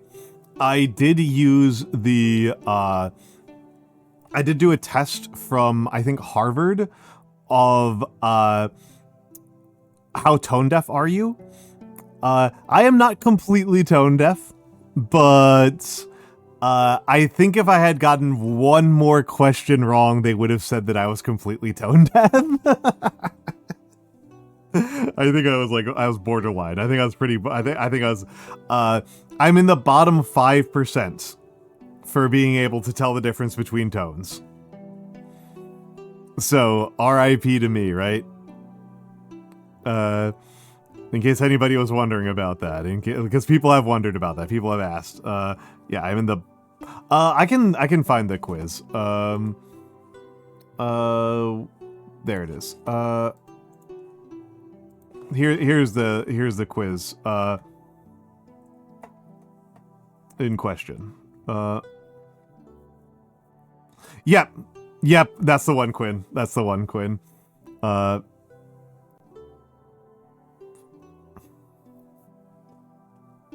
That's the one. That's the one. Yeah, I'm not surprised. I am not surprised. I struggle a lot with tone. I am not a musical person. I am not a musical person. I am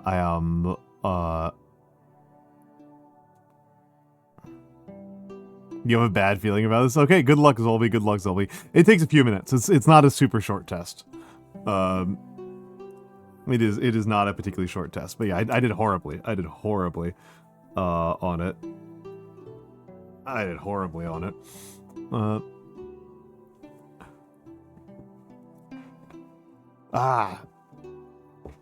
Give myself a big old stretch. I don't like that they use like a radial bar graph. Yes, please do, folks. Please do, folks. Yeah, I'm glad they had a good time with the Golden Sun, Mr. Gator. I'm glad you had a good time with the Golden Sun. Gravy Gator, folks, is a very kind and generous fellow. I've enjoyed my time with Gravy Gator, and unlike me, he's good at games. He is actually good at games. He knows what he is. He knows how to play the video game. He knows how to do it in a way that I absolutely do not.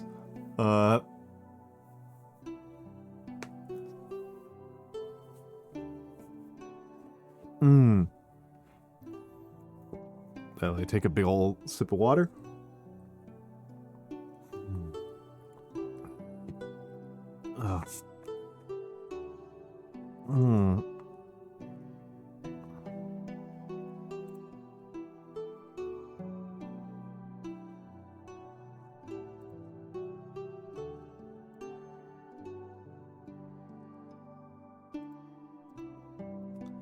All right. What now? What now? The fact that the camera keeps on drifting is really bugging me. I think Yep, I did break it. I did break it. Yep. I need to replace the camera arm. I do think I've got some replacement parts around here, but yeah, the mount point is broken. So it's going to keep on drifting. It's going to keep on drifting. So calligraphy is probably over. I'm kind of leaning towards calling it earlier rather than later. But let's put you away. Actually, hold on. Let's make sure I change out my schedule.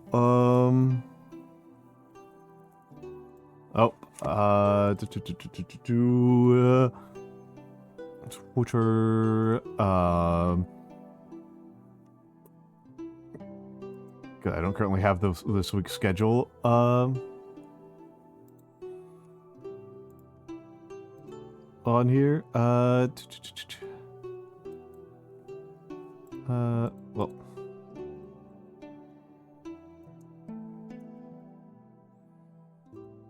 There we go. And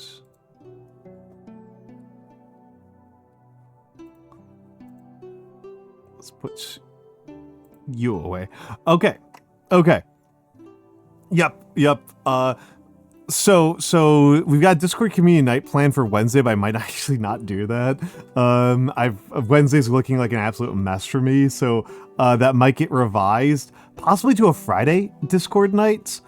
Possibly to a Friday Discord night. Tomorrow night I will be doing whatever I feel like. Given that my camera is falling apart, the physical mount point is falling apart for the camera. Real chance I'll just game. Real chance I will just game. Might actually bring back Kerbal Space Program. I keep on saying it and then I keep not doing it, because I have kind of hit a point with Kerbal Space Program where playing it is stressing me out. And I feel really kind of trapped in Kerbal Space Program. But Thursday, Sklimbo will be here. Thursday, Sklimbo will be here. Oh my god, I spelled exercise incorrectly on the schedule. I'm gonna leave that there, but I feel very embarrassed. But yeah, we got Sklimbin. We got Sklimbin incoming. We got Sklimbin incoming. Yeah, I'm sorry. I'm just feeling kind of low energy. So I might call it a little bit earlier. I do want to wait for these people to come back with the results. Though that might be a good survey night to do. Well, it's actually kind of a terrible survey night to do because it involves people not listening at all to me while they do the test, right? That's horrible for a survey night. That's a horrible survey night. Absolute dog water of a survey night. Absolute ass of a survey night. I gotta do survey nights more frequently. I gotta do the survey nights more frequently. I like doing survey nights. I like doing survey nights. Well,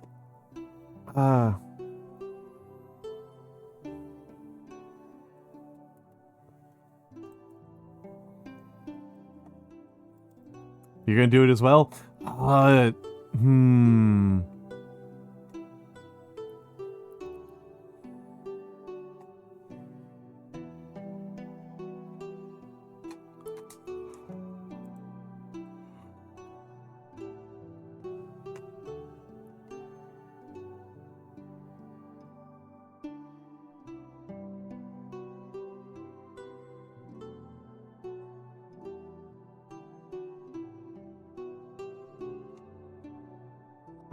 But yeah, what do now? What do now?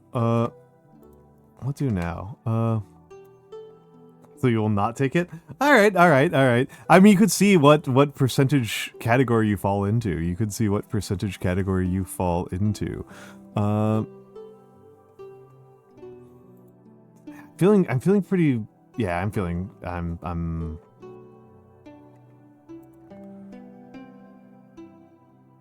I'm mostly waiting for these three to take the survey results. But yeah. There are a couple of things I really want to catch up with offline, before we, there are a couple of things I really want to catch up with offline, this week and the next one. I really want to finish out some things with the blog, and I want to finish up setting up the calligraphy shop. Those are things I really want to have done I would really like to have them done by the end of the month.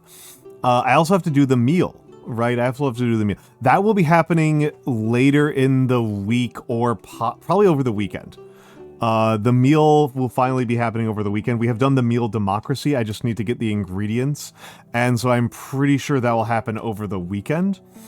And so then you will be able to see me.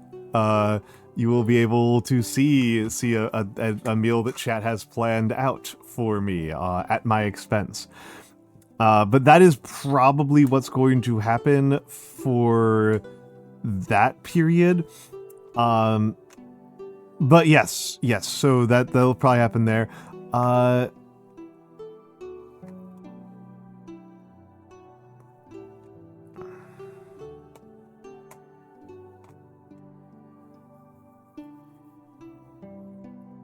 I don't know if I will get any painting done this week. Yeah, tomorrow will probably be either Kerbal Space Program or Dot Age, but probably Kerbal Space Program. Probably Kerbal Space Program. Unless I go completely insane and I'm just like, it's time to do Marvel Rivals or Deep Rock. Time to do Marvel Rivals or Deep Rock. Let's go. Let's go Marvel Rivals or Deep Rock. You know, completely insane options there for me to actually go into the shooty games. You know, I should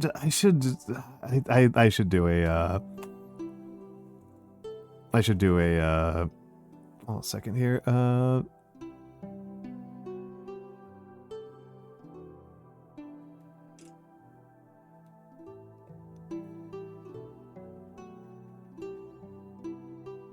Hold on a second here.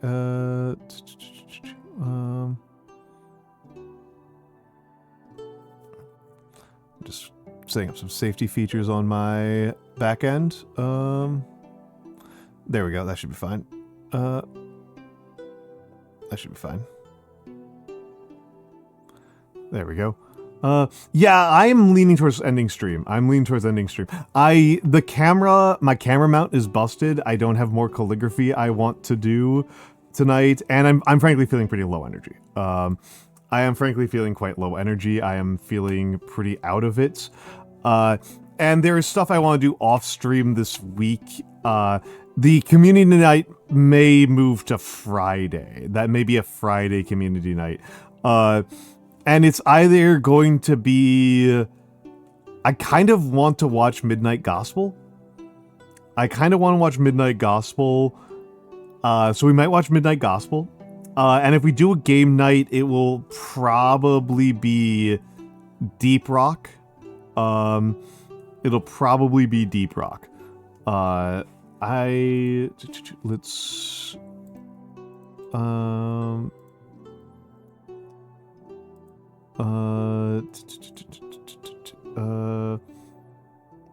Madre Mimi. Let's go raid Ratmost.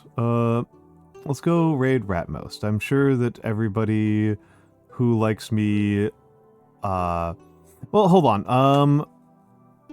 Do you want to see RimWorld or Voices of the Void?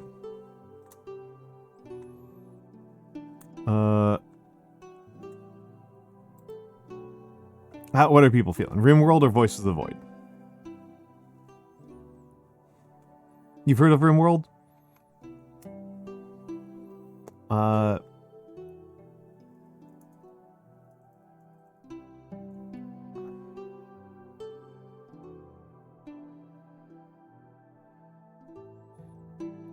Yeah, let's go to Ratmost. I like Ratmost. They're cool. I've done collabs with them before. I hope to do more collabs with them in the future. I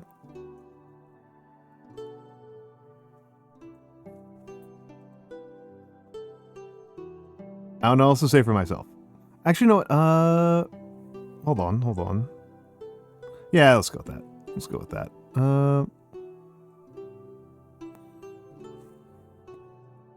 I love the being a geezer. Don't be sad about that. I love being a geezer. There are my socials. YouTube is actually getting used nowadays. Every single day I'm uploading a VOD from my VOD archive. Every single fucking day there's a new VOD up there. So the YouTube is actually getting used. Goodreads I'm behind on a little bit, but will be no good shorts. I do not have good shorts. That is not true. I do not have good shorts. My shorts are all bad. I assure you, all of my shorts are terrible. There is my Discord. But yes, if you want to go through the VOD archive, it is getting uploaded slowly but surely. And it looks like we're out of time. Have a lovely day, everybody. Please show any art you make on the Discord, and I will see you tomorrow at 10 p.m. US Eastern.